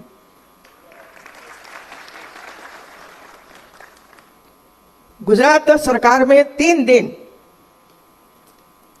1 मई स्थापना दिन, 15 अगस्त स्वतंत्र दिन और 26 जनवरी प्रजासत्ताक दिन के उत्सव में रूप में मनाया जाता है और अलग अलग डिस्ट्रिक्ट में मनाया जाता है। और इस योग है कि मैंने जरा पूछा कि आज कहाँ मना रहे हो, तो पता चला गोधरा में मना रहे हैं। तो ऐसे जो अवसर आते हैं मित्रों, इसमें सीखने का अवसर मिलता है। कहाँ क्या काम करना है, कैसे काम करना है, क्या जरूरत है। जब तक हम स्थान पर नहीं पहुंचते हैं, गांव जनों को हम नहीं मिलते हैं, तब तक हमें भी पता नहीं चलता है कि कहाँ क्या काम करना चाहिए, क्या जरूरी है, क्या जरूरी नहीं है। ये सोचने के लिए हमें प्रयास करना पड़ता है। तो आज का ये दिन मेरे लिए अवसर का दिन है कि गुजरात का स्थापना दिन सब बहुत ही उत्साहपूर्वक मना रहे हैं। मैं सभी गुजराती भाई बहनों को बहुत बहुत बधाई देती हूँ मित्रों। गुजरात का एक जिला महसाणा, हमारे प्रधानमंत्री श्री भी महसाणा डिस्ट्रिक्ट के हैं। एक छोटा सा जिला है मित्रों। नॉर्थ गुजरात में पानी नहीं होता है। 1000 फुट 1500 फुट से नीचे पानी होता है, वो भी खारा। इसमें हम लोग आगे बढ़ते रहे। पिताजी के पास जमीन तो बहुत थी, खेती भी करते थे, हम भी करते थे साथ में। मेरे पिताजी गांधीवादी थे और गांधी जी के, महात्मा गांधी जी के फॉलोअर थे। जितने विचार महात्मा गांधी ने पूरे देश को, पूरे विश्व को दिया, सब विचार उन्होंने अपने को उतारा, सीखा और इसी तरह परिवार को भी आगे बढ़ाया। इसी तरह मेरी मदर मेनाबा, उसी समय शिक्षा नहीं थी मित्रों, लेकिन बड़ौदा के महाराजा सयाजी गायकवाड़, मेरा गांव इसमें आता है, कंपलसरी एजुकेशन था मित्रों, 4th कक्षा तक। और 4th कक्षा तक सभी बच्चों को, पुरुष हो या छात्र हो छात्रा हो, कंपलसरी पढ़ाना ये उसी समय का था जो राजा महाराजाओं ने कंपलसरी एजुकेशन किया था। और इसमें मेरी मदर, मेरी फूफा, ये सब लोग पढ़े थे मित्रों। सिर्फ पढ़े थे ऐसा नहीं था, लेकिन जिम्मेदारियां उठाई थी। पशुपालन की जिम्मेदारियां, 10 भाई बहनों की जिम्मेदारियां, अन्य परिवारों की जिम्मेवारियां। चाचा के देहांत हो गए तो उसका भी परिवार की जिम्मेवारी। टीचर के रूप में काम करते थे, सब छोड़ दिया और गांव में जाकर, खेत में जाकर बस गए और काम करने लगे। सिर्फ अपना काम करते थे ऐसा नहीं था, लेकिन आसपास जितने लोग रहते थे उनको भी इतनी ही मदद खेती में करते थे। दवाइयाँ घर से बनती थी। जो बीमारियां होती थी तो हमारा घर एक छोटा सा हॉस्पिटल जैसा बना था और दवाइयाँ हम खुद भी बनाते थे और जो लोग वहाँ आते थे सबको दवाइयाँ देते थे। छाछ होती थी, लोग छाछ ले जाते थे मित्रों। आज हम डेयरी में से छाछ लाते हैं। ये परिस्थिति पैदा हुई है। इतनी डेयरियां बन गई है कि हमारे बच्चों के मुख से भी हम लोगों ने दही, दूध, मक्खन छीन लिया है। ये वापस आना चाहिए मित्रों। वही बीमारियां घर बना है इसी वजह से। तो हम वहां आगे बढ़ते रहे। 3 किलोमीटर रोज चलकर जाना, कोई पक्की सड़क नहीं, पैर में कोई जूते नहीं, ऐसे हमारी जिंदगी चलती रही। आगे बढ़ने के लिए 8वीं कक्षा में जाना जरूरी था। मेरी सबसे बड़ी बहन सरिता बहन मात्र 30 साल की उम्र में 5 बच्चों के साथ विडो हो गई। एक विडो का जीवन कैसा होता है और लोग उसको किस दृष्टि से देखते हैं, ये तो स्वयं देखा है मित्रों। बोल नहीं सकते, बाल कटवा लो, सफेद कपड़े पहनो, नो दागिना ऑर्नामेंट्स।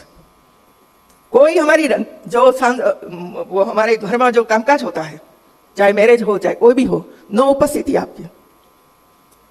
कन्यादान ना दे सकते हो। क्या हम लोगों ने बंधन महिलाओं पर रखा हुआ था? पुरुष प्रधान समाज में वही होता रहा सालों तक मित्रों। उसको दूर करने के लिए हमारे जैसे कई महिलाओं ने प्रयास किया। जब मेरा एक भतीजा का विवाह आया, मात्र 16 साल की उम्र में उसका विवाह का आयोजन हुआ, ये दिखाया गया। मैंने उसको भाइयों को समझाने का प्रयास किया, लेकिन माने नहीं। पिताजी ने तो कभी भी अपने बच्चों का बाल विवाह नहीं किया था। उसी समय सबको पढ़ाया, आगे बढ़ाया। मैंने पुलिस को भेजा, विवाह बंद करवाया। गालियां पड़ी क्योंकि समाज है, लेकिन सहन कर ली। लेकिन खुशी का ये दिन था मेरे लिए कि पूरे महसाणा जिला में बाल विवाह बंद हो गया। मित्रों, ये खुशी की पल है मेरे लिए। और इसके बाद ये सिलसिला मेरा चलता रहा बाल विवाह बंद करवाने का। आज भी ये राज्य में भी बाल विवाह हो रहा है। इसके लिए हम लोगों को प्रयास करना चाहिए। बच्चों की जिंदगी बिगाड़ने का अधिकार किसी को नहीं है, उसके माता पिता को भी नहीं है। मित्रों, आपका अधिकार सिर्फ पढ़ाने का है, उसको संभालने का है। जहां तक पढ़ना है वहां तक पढ़ाओ। विवाह के बारे में वो सोचेगा, हम क्यों सोचते हैं? तो ये समाज को बदलने का काम भी हमारे जैसे हजारों भाई बहनों ने किया है मित्रों, और मुझे ये खुशी है। 2001 में माननीय प्रधानमंत्री जी आए, मुख्यमंत्री बनते।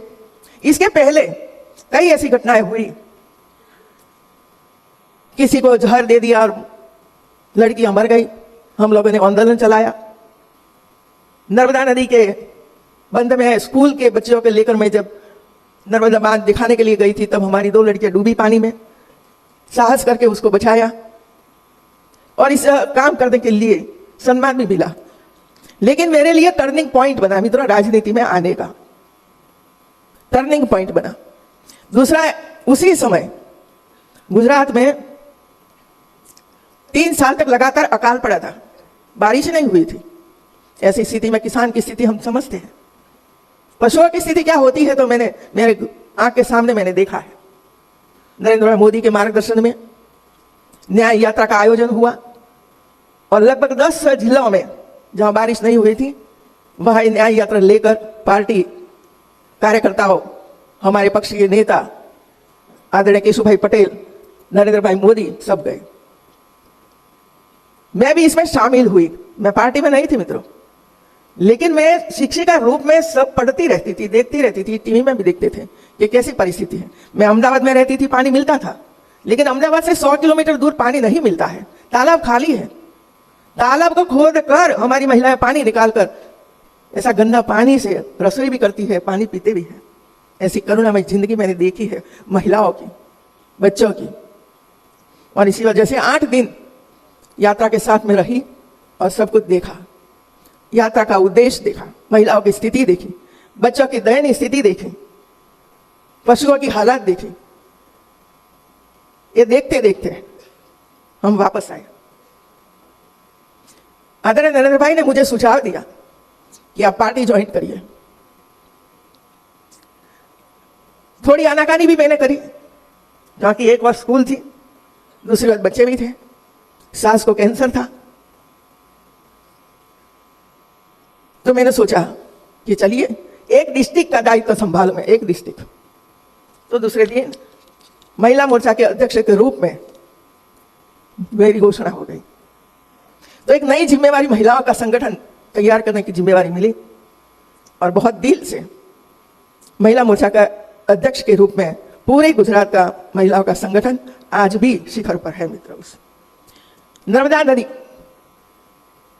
मैं जब देखती ना ऊपर से, तो उत्तर प्रदेश में कितनी नदियां हैं, इतनी नदियां, जीवित नदियां हैं। गुजरात में सिर्फ एक ही नदी है, नर्मदा नदी, और उस पर बांध और इसके बाद नहर बनाना। 2010 में बहुत ही संघर्ष किया।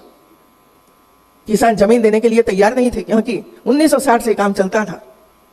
50-50 साल तक बांध नहीं बना है, हमारे खेत तक पानी नहीं पहुंचा है, हम क्यों आपको जमीन दें।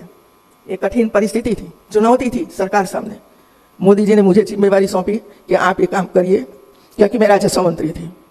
तो मैंने सिर्फ 1.5 साल में 12 डिस्ट्रिक्ट का प्रवास करके सभी विभाग संभालते संभालते जमीन संपादन का काम किया और कैनाल बनाई और किसानों के खेत तक पानी पहुंचाया, सिर्फ 1.5 साल में।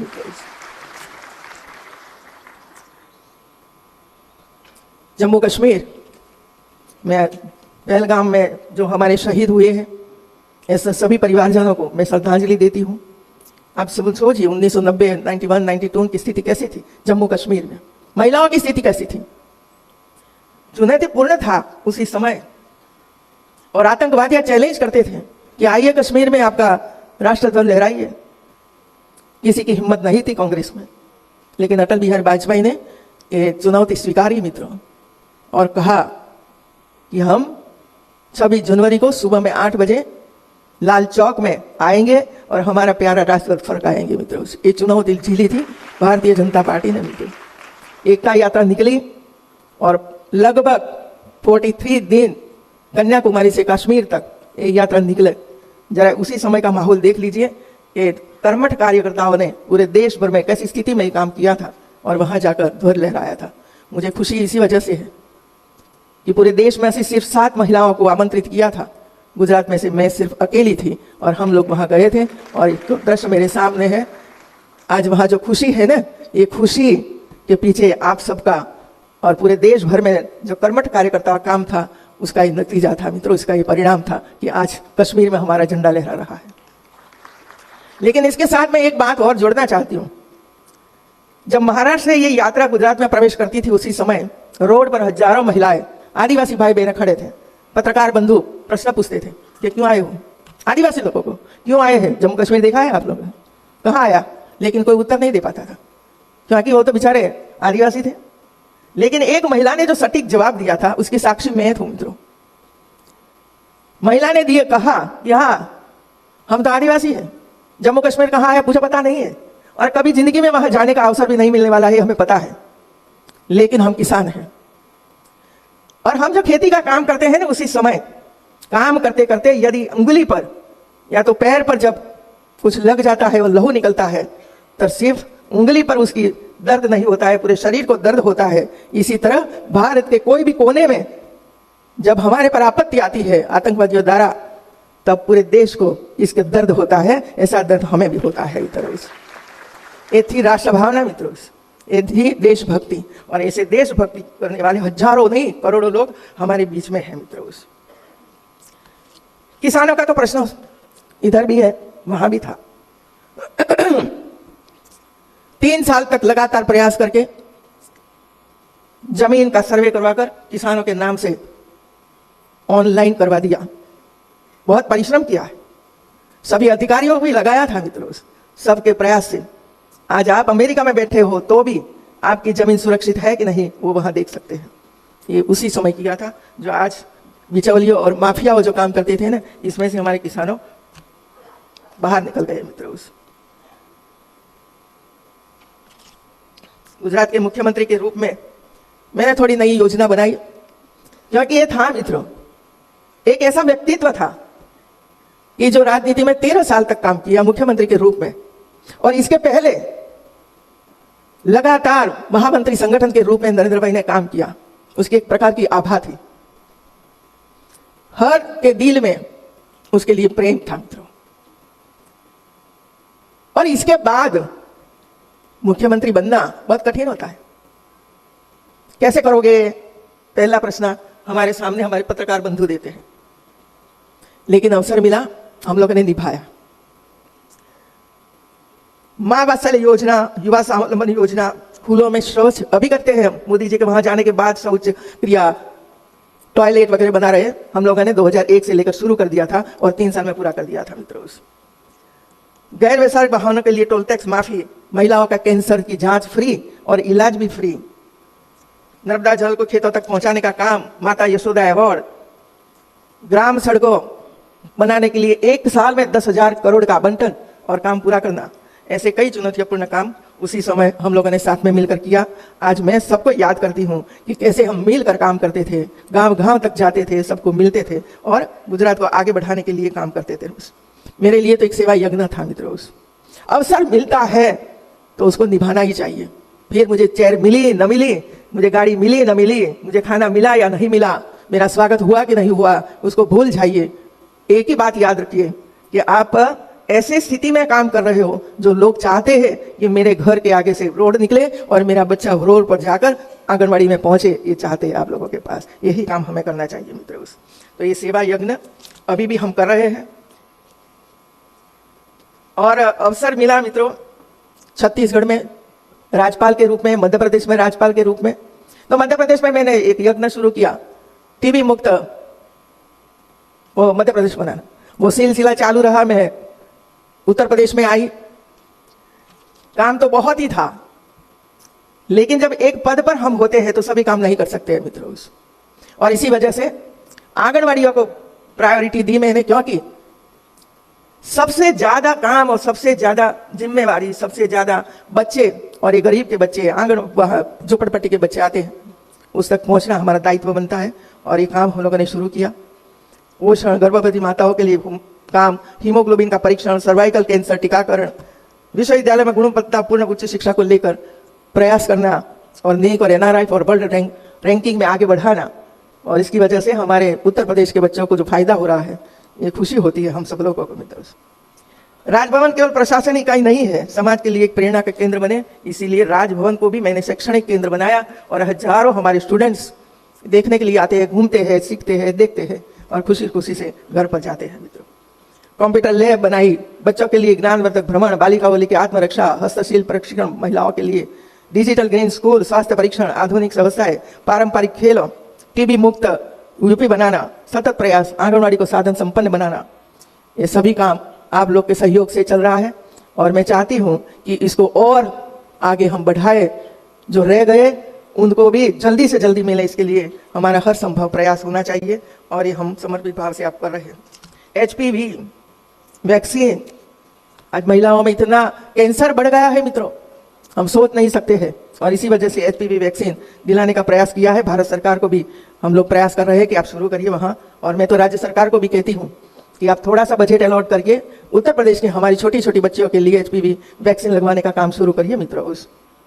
ये पुस्तक केवल जीवन की घटनाओं लेखा जोखा नहीं है, बल्कि यह मेरी उन भावनाओं, संघर्ष और अनुभव की यात्रा है। ये पुस्तक लिखने का काम बहुत ही कठिन होता है मित्रों। कौन लिखेगा? तो मैं 3 लोगों का आभार व्यक्त करती हूँ आज। एक सालों से मेरे साथ जुड़ा हुआ अशोक देसाई, उसने प्रयास किया है वो पुस्तक लिखने में। जब भी प्रवास करते थे, गाड़ी में जाते थे, हेलीकॉप्टर में जाते थे, तब थोड़ा थोड़ा करते रहते थे। वो लिखता था, मैं भी उसको सुधार करती थी, कुछ और करती थी। फिर इसमें सहयोग किया पंकज जानी ने। यूनिवर्सिटी के बारे में जो कुछ लिखा गया है, जो काम हुआ है, इसमें इसका सहयोग रहा है मित्रों, उनका भी मैं आभार व्यक्त करती हूँ। और इसमें वो पूरा जो लेखन कार्य है उसको जीवित बनाने के लिए जो काम किया वो विनय जोशी ने किया है और उनका भी मैं आभार व्यक्त करती हूँ। इस पुस्तक के माध्यम से मेरा प्रयास यह रहा है कि मैं उन संघर्ष और अनुभवों को साझा कर सकूं जो शायद किसी और के जीवन में आशा की एक किरण बने, किसी थके हुए यात्री को सबल दे, या किसी युवा को यह विश्वास दे कि कोई भी लक्ष्य असंभव नहीं होता है। यदि आपकी इच्छा शक्ति प्रबल हो, मैं विशेष रूप से ये 3 व्यक्तियों को आभार फिर से करना चाहती हूँ। और साथ में मेरे परिवार, गुरुजन, मित्रगण और वह पाठक जो मेरी बातों को मन से पढ़ेगा, आप सभी के बिना यह संभव नहीं है मित्रों। ये पुस्तक लिखने में पिताजी, माताजी, बहन, बेटिया, पूरा परिवार, बेटा, बेटी, बहू, ये सब ने कुछ न कुछ इनपुट दिया है। ये सबका भाव इसमें रहा है और इसी वजह से परिवार का भी मैं आभार व्यक्त करती हूँ। वैसे तो आभार नहीं होना चाहिए, फिर भी इतने काम करते करते करते इसमें भी योगदान देना, ये भी उसका कर्तव्य है और भी करते रहते हैं। मैं यही कहूंगी कि यह पुस्तक मेरे अतीत का दस्तावेज है, लेकिन इसका उद्देश्य आने वाले भविष्य को प्रेरणा देना है। यदि मेरी जीवन यात्रा किसी एक व्यक्ति के भीतर आत्मविश्वास जगा सके तो मैं समझूंगी कि मेरा यह प्रयास सार्थक हुआ है। फिर से आप सबका बहुत बहुत धन्यवाद। और लास्ट में ये जो पुस्तक है, इसकी 500 रुपया कीमत रखी है मित्रों, किसी को फ्री में नहीं मिलने वाली, क्योंकि मैं तो अहमदाबादी हूं। एक ही कप में 3 लोग चाय पीते हैं हम, लेकिन इसमें से जो पैसे आएंगे उसका उपयोग मैंने जहां जहां काम किया है वहां के बच्चों को पढ़ने के लिए और उनकी स्वास्थ्य की सेवा करने के लिए इसका उपयोग होगा मित्रों, इसका उपयोग होगा। और इसी वजह से आप सबको मैं वही कहूंगी कि मुझे जरा एक बुक दे दो, तो मैं ये कहूंगी या तो हमारे अधिकारी का एक 500 की नोट दे दो, बुक ले जाओ। यही है मित्रों। आप सबको बहुत बहुत बधाई, धन्यवाद।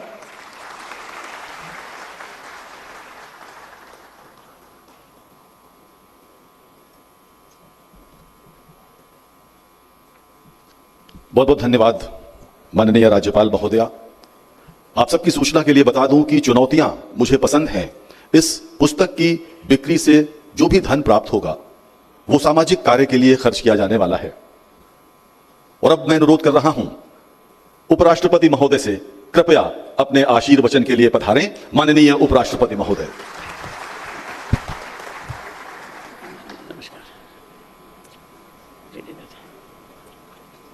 बहुत बहुत धन्यवाद।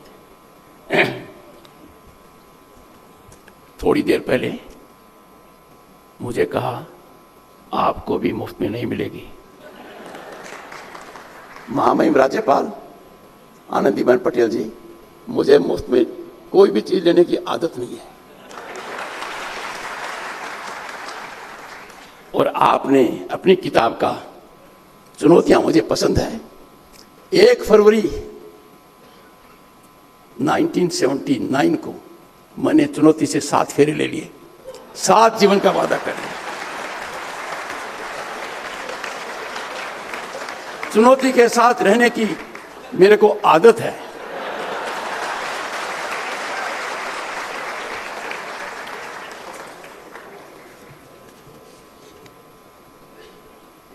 सभी को नमस्कार। देश के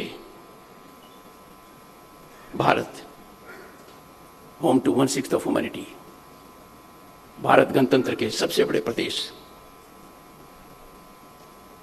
उत्तर प्रदेश, उत्तम प्रदेश की महामहिम राज्यपाल और आज के कार्यक्रम के केंद्र बिंदु श्रीमती आनंदीबेन पटेल, नाम ही काफी है।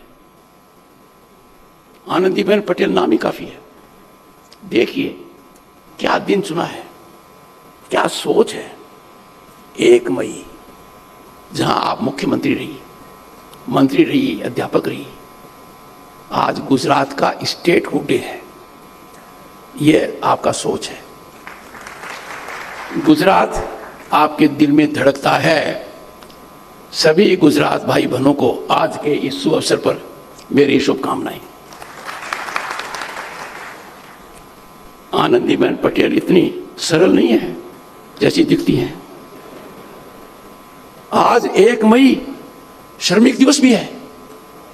सोच देखिए, जिनके लिए जीवन भर काम किया, उस दिन को पुस्तक विमोचन के लिए आपने चुना। साधुवाद के पात्र है। पर बात यहां तक नहीं रुकती है। स्थान कौन सा चुना? Abdul Kalam technical university. India is world's most peace loving nation. India has the oldest civilization. India is a land of inclusivity. The world comes to learn about inclusivity from Bharat. उनके एक प्रतीक हैं जिनको ढूंढा अटल बिहारी वाजपेयी जी ने, अब्दुल कलाम, भारत के राष्ट्रपति बने उनके नाम। पर आनंदीबेन पटेल जी की हर बात को बारीकी से देखना चाहता हूं। बात फिर भी यहां खत्म नहीं होती है। टेक्निकल यूनिवर्सिटी सुनी आपने, चांसलर बहुत यूनिवर्सिटीज की हैं। Technical means the world is being overtaken by disruptive technologies. We are facing more positive and critical situation than industrial revolution. Artificial intelligence, Internet of Things, machine learning, blockchain, जमाना technology का है। भारत के प्रधानमंत्री ने देश को टेक्नोलॉजी युक्त कर दिया है, दुनिया सराहना कर रही है। तो आपने उस प्रतिष्ठान को सुना जो टेक्नोलॉजी शब्द को परिभाषित करता है। I congratulate the honourable governor. इन्होंने हिम्मत तो हमेशा दिखाई है और हिम्मत को मैंने देखा है, हिम्मत का मैंने फायदा उठाया है। पर ऐसी पुस्तक लिखना आसान नहीं है और ईमानदारी से लिखना बहुत मुश्किल है। चुनौतियां मुझे पसंद है, सबसे बड़ी चुनौती है ये लिखना की चुनौतियां मुझे पसंद है। आप साधुवाद की बात करें। और उत्तर प्रदेश के सुयोग्य मुख्यमंत्री, माननीय मुख्यमंत्री जी, आपको युवा मुख्यमंत्री कहा जा सकता है, क्योंकि आजकल युवा की परिभाषा मेरे समझ में नहीं आती है। आपसे उम्र में बड़े लोग अपने आप को युवा कहते हैं, तो मुझे कोई संकोच नहीं, आप युवा मुख्यमंत्री हैं। इस उत्तर प्रदेश 8 साल बेमिसाल के आप नायक हैं और महाकुंभ विश्व का सबसे बड़ा आयोजन, सांस्कृतिक आयोजन, 60 करोड़ से ज्यादा लोगों का बहुत कम समय में वहां आना, इतना सफलतम आयोजन सदियों तक याद रहेगा। सदियों पहले कभी नहीं हुआ, पूरे विश्व में कभी संपन्न नहीं हुआ। आप उसके सारथी हैं।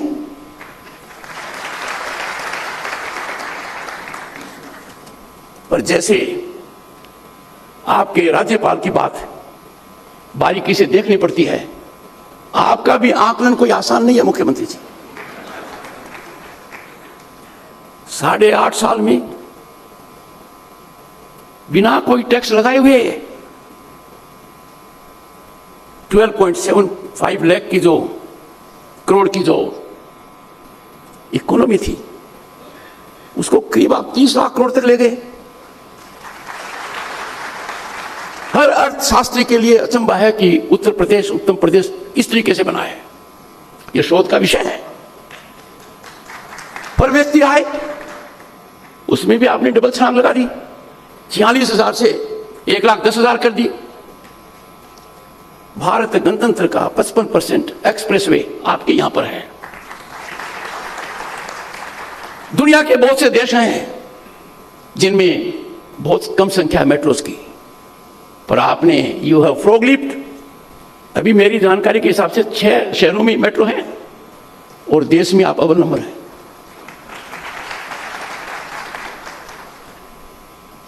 पर बात यहां तक नहीं रुकती है, जैसे महामहिम राज्यपाल की भी नहीं रुकती है। Maximum airports functional at the moment 16, 4 international airports, और मान्यवर देश और दुनिया इंतजार कर रही है जेवर का। एक्चुअली जेवर तो जेवर है, प्रगति का जेवर है, और जेवर जितना ग्रहण किया जाए वो अच्छा ही लगता है। ऐसी परिस्थिति में आपकी उपस्थिति बहुत मतलब रखती है।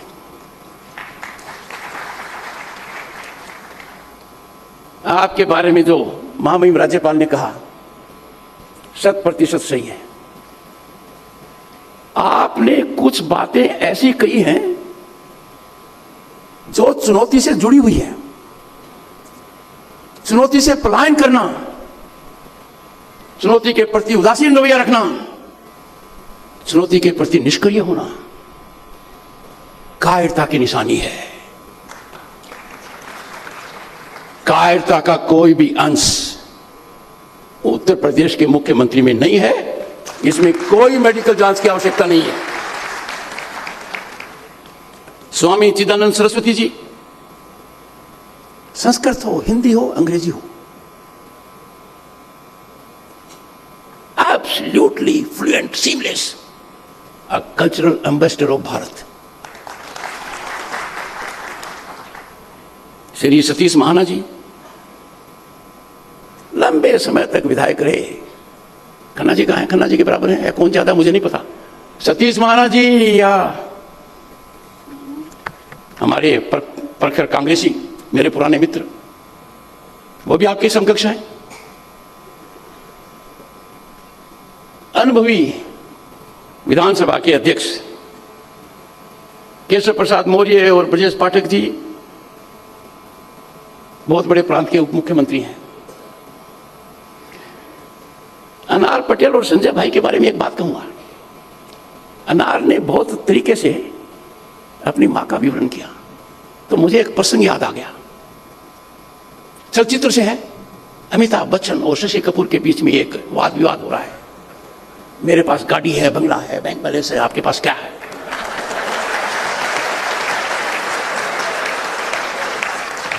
तो शशि कपूर ने सशक्त तरीके से कहा, मेरे पास मां है।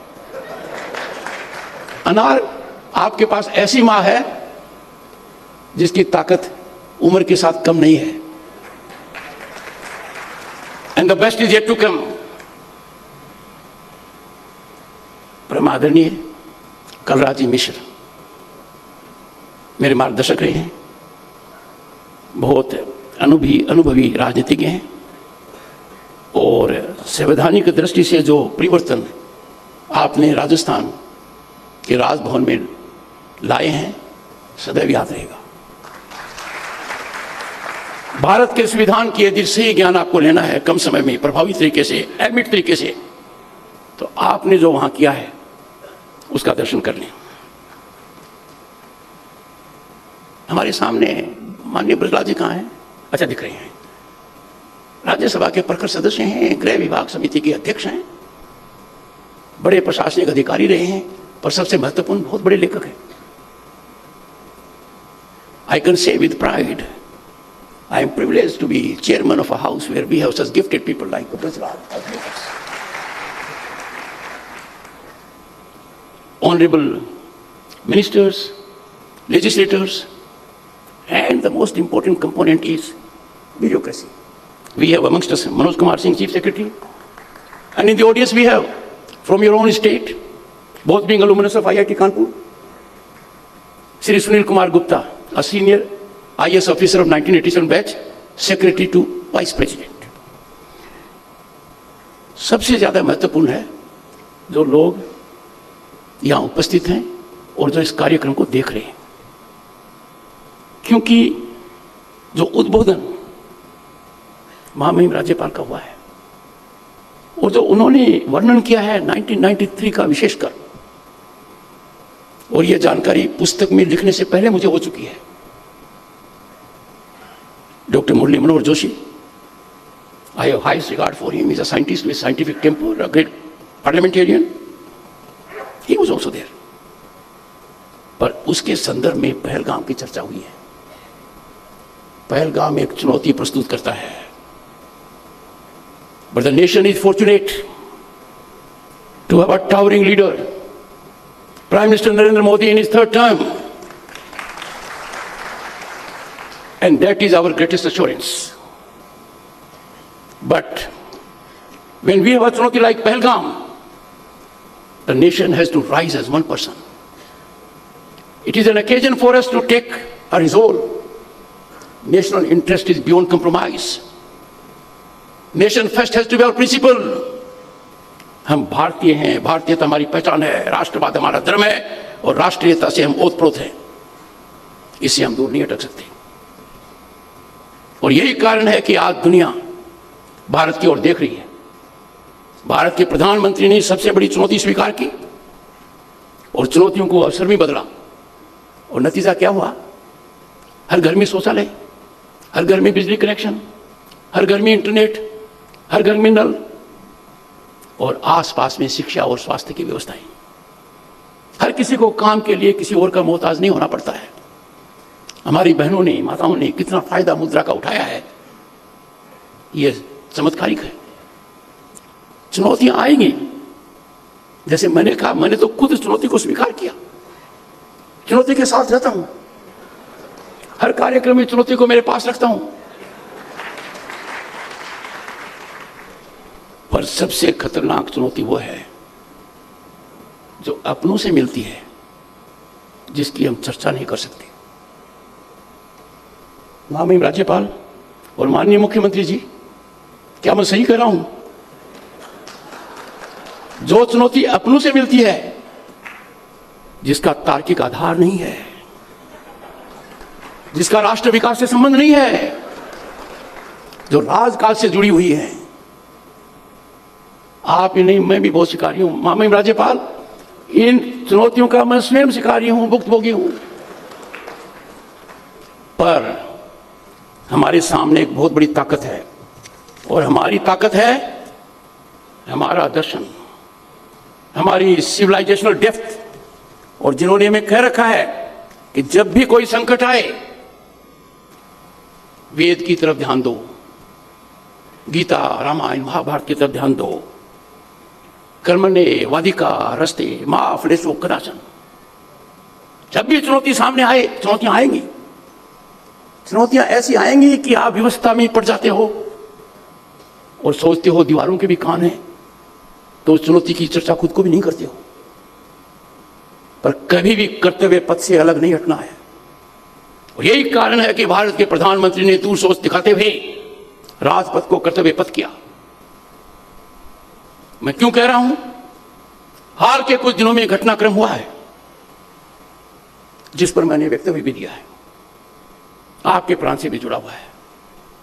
और मैं आपको याद दिलाना चाहूंगा, 60 वर्ष पहले इसी प्रांत के अंदर सबसे बड़ा टकराव विधायिका और न्यायपालिका में हुआ था।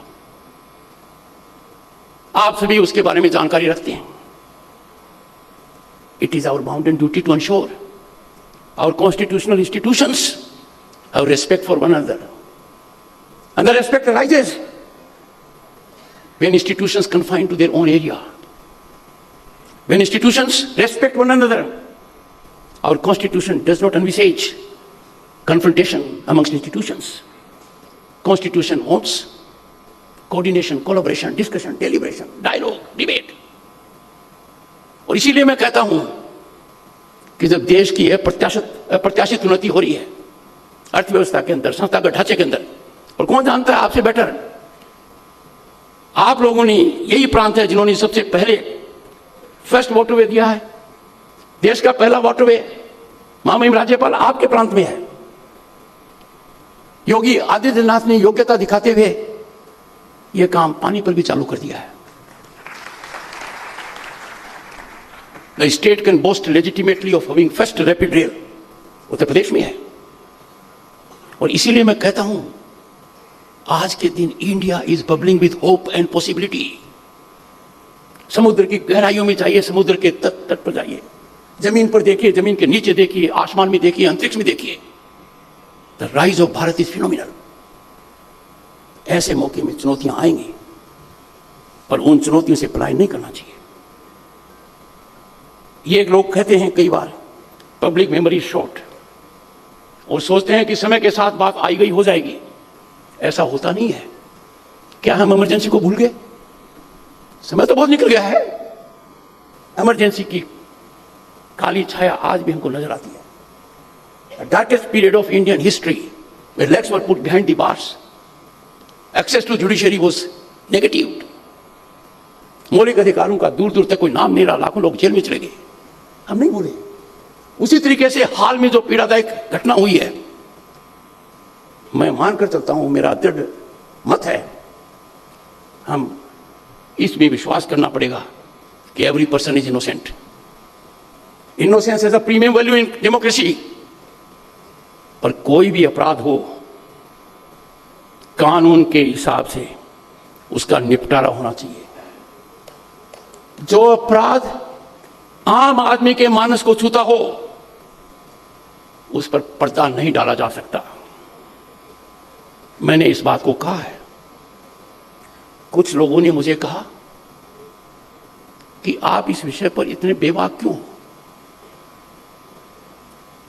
मुझे बड़ी प्रेरणा मिली महामहिम राज्यपाल की पुस्तिका से, और मैंने कहा चुनौतियां मुझे पसंद हैं, और संवैधानिक दायित्व निर्वहन करने के अंदर कोई भी कोताही हमें स्वीकार नहीं है। एक बहुत बड़ी बात कही गई जो हम सबके लिए बहुत जरूरी है। हम अपने आप को प्रजातंत्र क्यों कहते हैं? आर्थिक उन्नति, संस्थागत ढांचे में विकास, तकनीक का प्रचलन महत्वपूर्ण है। यह भी है खाद्य सुरक्षा। पर democracy is defined by expression and dialogue. अभिव्यक्ति और वाद विवाद ही डेमोक्रेसी है। अभिव्यक्ति पर यदि अगर अंकुश लगता है, किसी भी राष्ट्र के लिए अपने आप को प्रजातंत्र कहना मुश्किल होगा। पर अभिव्यक्ति का कोई अर्थ नहीं है यदि अगर उसके साथ वाद विवाद नहीं हो। अभिव्यक्ति इस पराकाष्ठा पर चली जाए कि अभिव्यक्ति करने वाला समझे मैं ही सही हूं और दूसरा हर परिस्थिति में गलत है, उसकी बात सुनी नहीं जाए, तो वो अभिव्यक्ति का अधिकार विकार बन जाता है। Democracy has to be defined when we have wholesome ecosystem. Expression and dialogue flourish together. They are complementary to each other. और यदि अगर अभिव्यक्ति पराकाष्ठा पर चली जाएगी, वाद विवाद नहीं होगा, तो हमारे वेदों का जो दर्शन है अनंतवाद वो खत्म हो जाएगा। और उसके बाद उपज होगा अहम और अहंकार। अहम और अहंकार व्यक्ति और संस्था के लिए घातक है। भारत दुनिया का सबसे बड़ा लोकतंत्र है, सबसे पुराना लोकतंत्र है। हमारी सांस्कृतिक विरासत बेमिसाल है। तो कोई भी किसी भी परिस्थिति में इनको चुनौती दे तो उस चुनौती को हमें स्वीकार करना चाहिए। We should not get away from facing these challenges. Any other step, expedient, escapist, opportunistic, is reflective of cowardice. और मैं इसलिए कहता हूं कि आपका प्रांत देश को डिफाइन करता है दो बातों में। 8 साल पहले आपके प्रांत की परिभाषा क्या थी? I am rising about politics.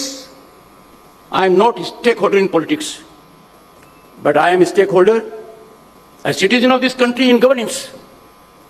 क्या परिवर्तन आ गया? Law and order, the highest category of it has become order of the day. पर यह स्थापित करने में कितनी चुनौतियां होंगी, मुझे नहीं लगता कि मुख्यमंत्री महोदय कभी इस पर पुस्तक लिखेंगे। इसलिए नहीं कि इनमें पुस्तक लिखने की हिम्मत नहीं है हिम्मत, पर इतनी हिम्मत है कि इन चुनौतियों को अंगीकार करना चाहिए, इनको अवसर में बदलना चाहिए। यह है। मैं इस पुस्तक का कायल इसलिए हूं कि यह पुस्तक आनंदीबेन पटेल के लिए नहीं है। यह पुस्तक प्रेरणा का स्रोत है। It's a resource material for gender upliftment, gender emancipation, gender empowerment. यहां बैठकर यह देखना बहुत आसान है कि ऐसे पढ़ाई कर ली, ऐसे टीचर बन गए। मैंने पुस्तक पढ़ी है, मेरी धर्मपत्नी ने पढ़ी है। इनकी शायद पहली पुस्तक होगी वो, जिसे पता लगता है इनको चुनौतियां पसंद है, क्योंकि ये अन्याय से नफरत करती हैं, अन्याय को बर्दाश्त नहीं करती और किसी भी परिस्थिति में नहीं करती।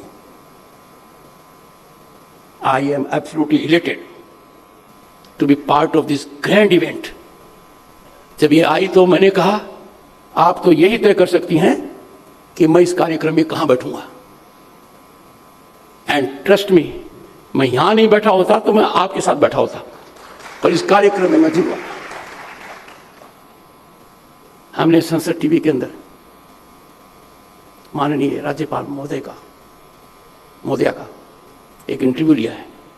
मैंने देखा, मैं दंग रह गया। जो पुस्तक में भी नहीं है वो जानकारी भी हमारे सामने आई है। And therefore half the humanity of Bharat, जिसको एक बहुत बड़ी ताकत दी है नारी शक्ति अधिनियम के माध्यम से, उसके प्रतीक हैं Anandiben Patel. I am extremely dilated. पर अंत में एक बात कहूंगा, और ये पीड़ा के साथ कह रहा हूं। In our constitution, two positions are supreme. One is of the president of India, another is of the governor. माननीय मुख्यमंत्री जी, वो सुप्रीम इसलिए है कि जो शपथ आपकी है, जो शपथ मेरी है, जो शपथ सांसद की है, मंत्री की है, विधायक की है, किसी भी न्यायाधीश की है, वो शपथ है I will abide by the constitution.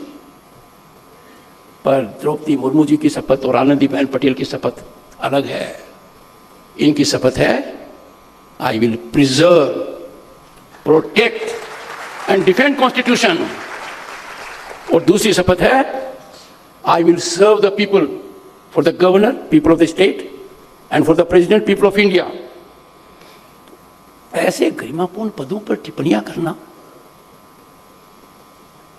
मेरे हिसाब से चिंतन का विषय है, सोच का विषय है, और मैंने मेरी चिंता इस विषय में व्यक्त की है। All institutions have their own role to play. One should not play the role of the other. We have to respect Constitution in letter, in spirit, in a sense.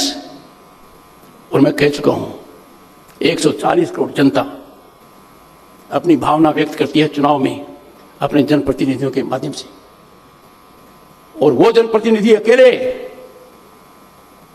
जनता के मानस बताते हैं, and the people hold them accountable in elections. और इसलिए मैंने आम आदमी की भाषा में कहा है, जिस तरीके से विधायिका फैसला नहीं लिख सकती, ये न्यायालय का काम है, उसी तरीके से कानून नहीं किया जा सकता। I have highest respect for judiciary. I am a foot soldier of judiciary. I have spent more than 4 decades as a lawyer. It was only in 2019 I ceased to be a lawyer upon being appointed governor state of West Bengal.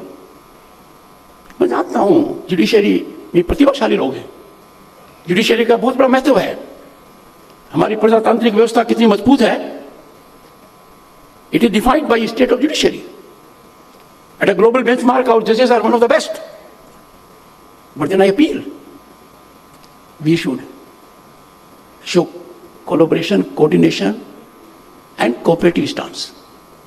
Institutions, executive, judiciary, and legislature must work in tandem and togetherness. खैर, महामहिम राज्यपाल, मेरे को घर में पहले ही बहुत बड़ी चुनौती थी, इस कार्यक्रम के बाद यह चुनौती कई गुना बढ़ गई है। इसलिए इस चुनौती को मीट करने के लिए आपसे कुछ भोजन के समय गुरु मंत्र लूंगा, और आप गुरु मंत्र नहीं देंगी, हो सकता है तो मैं आपका एकलव्य बनूंगा, रास्ता तो निकालना पड़ेगा। Once again, I congratulate the Honorable Governor of Uttar Pradesh, enormously gifted person, a great administrator, a teacher, a minister, a chief minister, a governor, and more is to come. We are still counting. She will inspire and motivate not only her gender, but will motivate the entire country and beyond. Thank you so much. कृपया राष्ट्रगान के लिए अपने स्थान पर खड़े हो जाएं।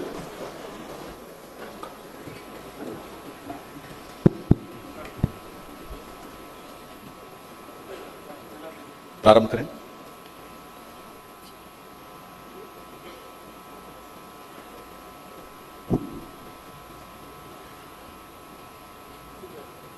कृपया राष्ट्रगान प्रारंभ करें।